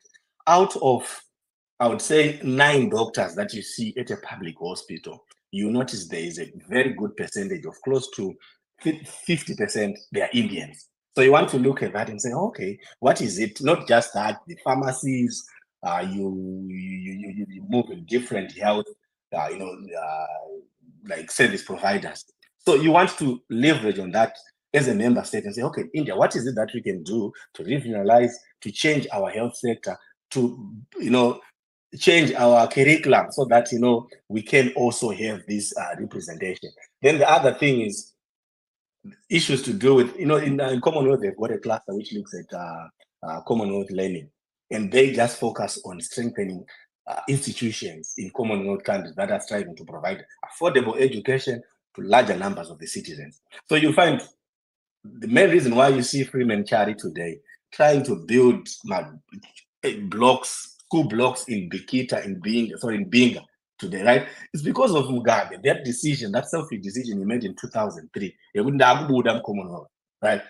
We deprived ourselves from this opportunity to say, right, what is it that we can do in Zimbabwe today? Make sure that there are no kids who are going to mapango. Hakuna schools, hakuna teachers. You look at the teacher to student or teacher to pupil ratio, everything is found in the Commonwealth. So then for someone then to say there is no economic value, I feel it's just so short-sighted. Commonwealth provides a platform where we discuss about our climatic changes, financial resilience, and also just inclusion in the global order. You can't talk of us being, the world being a global village. Then you, on the other side, you don't want to mention Commonwealth. You cannot speak of globalization without mentioning, Commonwealth and just a country or an economy belonging to some strategic alliances today. So these relationships are very important. The same way your network determines your net worth, just for yourself as a human being, right? Who do you know? I think it's very important, mostly important in Zimbabwe. Not because you want to bribe them, but you want help from your lawyers, or you want help in terms of the monetary help or financial help. Right? Who do you know? Your network. It determines your net worth. And the same applies for a country, right? Whom you are aligned, who are you aligned with as a country, right? In terms of your exports, in terms of your imports. I think there's someone who came up here, they attempted to, look at imports and exports and whatnot. We are still exporting as a country. When you look at our tobacco, we are still exporting. Look at lithium right now. Our minerals, all of them, we're still exporting them. But for us to be able to find a lucrative market that's going to benefit each and everyone, we need to be reintegrated into Commonwealth. Once we are reintegrated into Commonwealth now, our name is on the map. But we don't just carry our small voice as Zimbabwe, but because of this big family that we belong to, people are looking at us not just as a small country in the south of Sahara, right? They are looking at us as a Commonwealth member, And that Commonwealth member, we've got Zimbabwe. Then once you look at Zimbabwe now as a Commonwealth member, there are so many then opportunities. You look at the Victoria Falls and many other tourist attraction places for that are in Zimbabwe. But without that now, just that the mere affiliation of ourselves with JISCA, it's not enough to market our beautiful country. We need to be able to market it. Let's make use of the platform that are there. Once we leverage on those platforms, it becomes easier just to market ourselves, just to market the brand, and also to market the resources, the people that are coming from Zimbabwe, and the other countries. Look at the Commonwealth. Oh, okay, you're a Commonwealth member, which means there's something about you that's peculiar and unique. Thank you. Thank you very much, Koma Smarters, for your submission and for rounding up. Indeed, it's important for us to be part of the Commonwealth. Before we round off, I just want to remind people that we pray for Zimbabwe at 1:30, which is in 18 minutes time. That's why we are trying to rush and finish. We also have another program coming up at 9 p.m. Zimbabwean time, Change Radio, where we want to pay tribute to the words of people that were murdered last week, those who were shot dead. So let's pay tribute to our people there on Change Radio. So because of time, you'll excuse me. I see Mkoma Champion was supposed to round off, but his network dropped him. Now I'm failing to bring him up, and Mkoma Denford's network is acting up too. So Mkoma Denford, could you please keep trying to get Mkoma Champion on so that he gives his last submission? For the submissions, we are going to do like 30 seconds each, but Mkoma Njabulo hasn't said anything, and I will give him 1.5 minutes. Over to you, Mkoma Njabulo. Good evening. Good evening. I'm hoping everyone is okay. A very good topic that is being raised here. One of the major things as a people that we should always focus on and that we should learn, history teaches us, certain things that we as a people, we should learn from to say, you know what, we are here because of 1, 2, 3. Zimbabwe, it's where it is today because of ZANU-PF and what they did to the country. They've allowed corrupt leaders to run the country, and this is why we are where we are. When Mugabe left the Commonwealth, it was a selfish decision that they made within themselves to say, this is what we want. And it was not a vote from the people of Zimbabwe, but it was a selfish decision that ZANU-PF allowed to happen.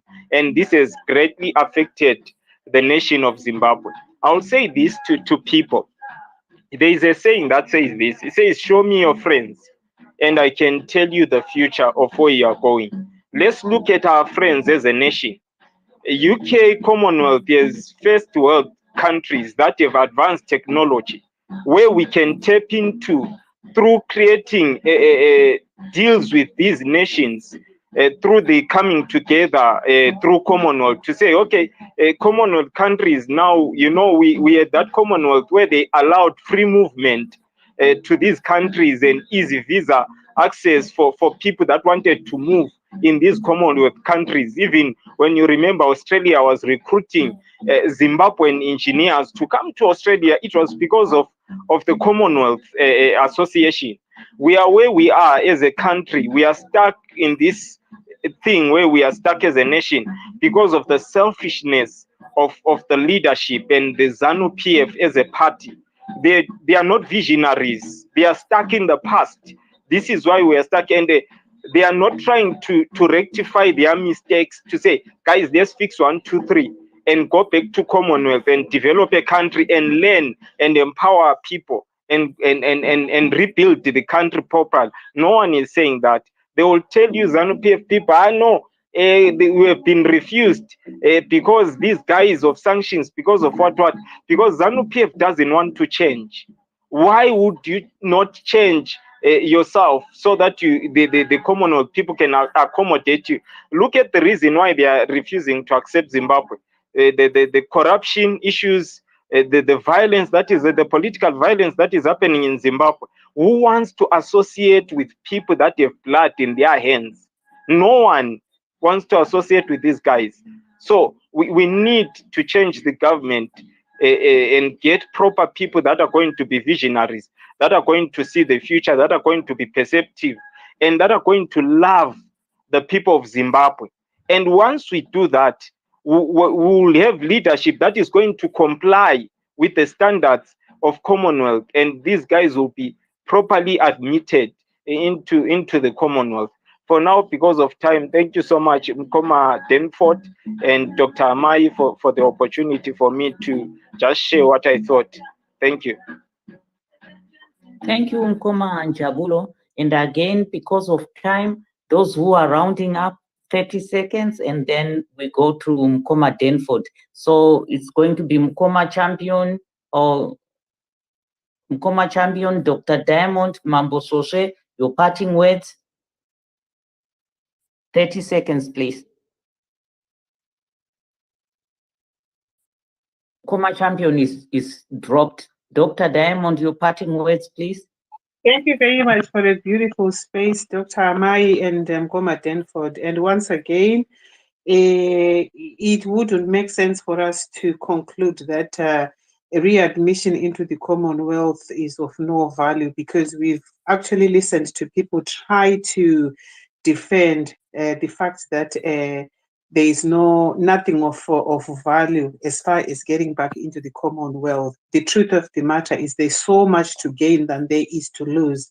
So hopefully, we can get to a place of understanding with our fellow brothers and sisters from the other camp, that things are the way that they are as a result of, obviously, it was, I don't know, an irrational decision by Mugabe to walk out or to come out of the Commonwealth. And obviously, this so-called new dispensation, Yacho, they want to look good. They want to be seen as if they are doing good. They want to put themselves on the face of the world, so that maybe they will be seen to be doing well by Isusu, my citizens. But the truth of the matter is, it is the very opposite. So get things right. And I'm sure you all understand that going back will be something of great value to us, the citizens in Zimbabwe. We all want okay. I think that is what we are saying here. But at the end of the day, there's so much to do prior to that. Thank you very much, Dr. Maifa. That's what I would say as I go. Thank you. Thank you, Dr. Diamond. I see Nkoma Champion is back. Your 30 seconds, your parting shots.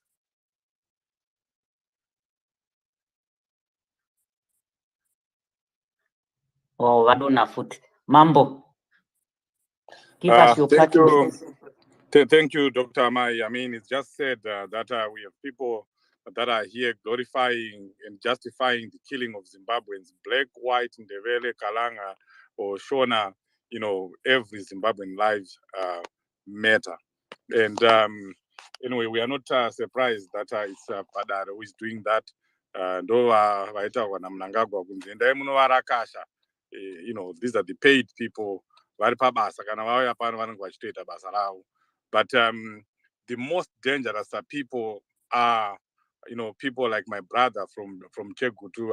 I will not have reservations for him, because, you know, he comes here pretending that he is one of us, and then, you know, he talks about the people in the rural areas that ZANU-PF is winning, is definitely going to win in the rural areas. That's very dangerous to the people that are coming here, that are neutral, that want to hear, you know, good information. I don't know where he's getting his information from.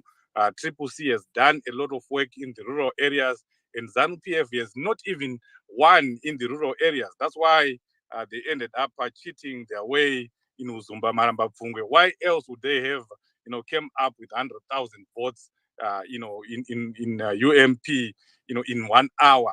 If they had won, is he's declaring that ZANU-PF always wins in the rural areas. Why would they, you know, go to that extent of cheating like that? You know, daylight cheating. Yeah, so it's unfortunate, but the people in the rural areas know who they are going to vote for. They know their people, and the party has done a lot of work through Mugwazo, and we are definitely going to win the rural vote. And to be honest with you, my brother, vanhu vekumamisha vakatoziva Burumangu approach before we talked to them about it, right?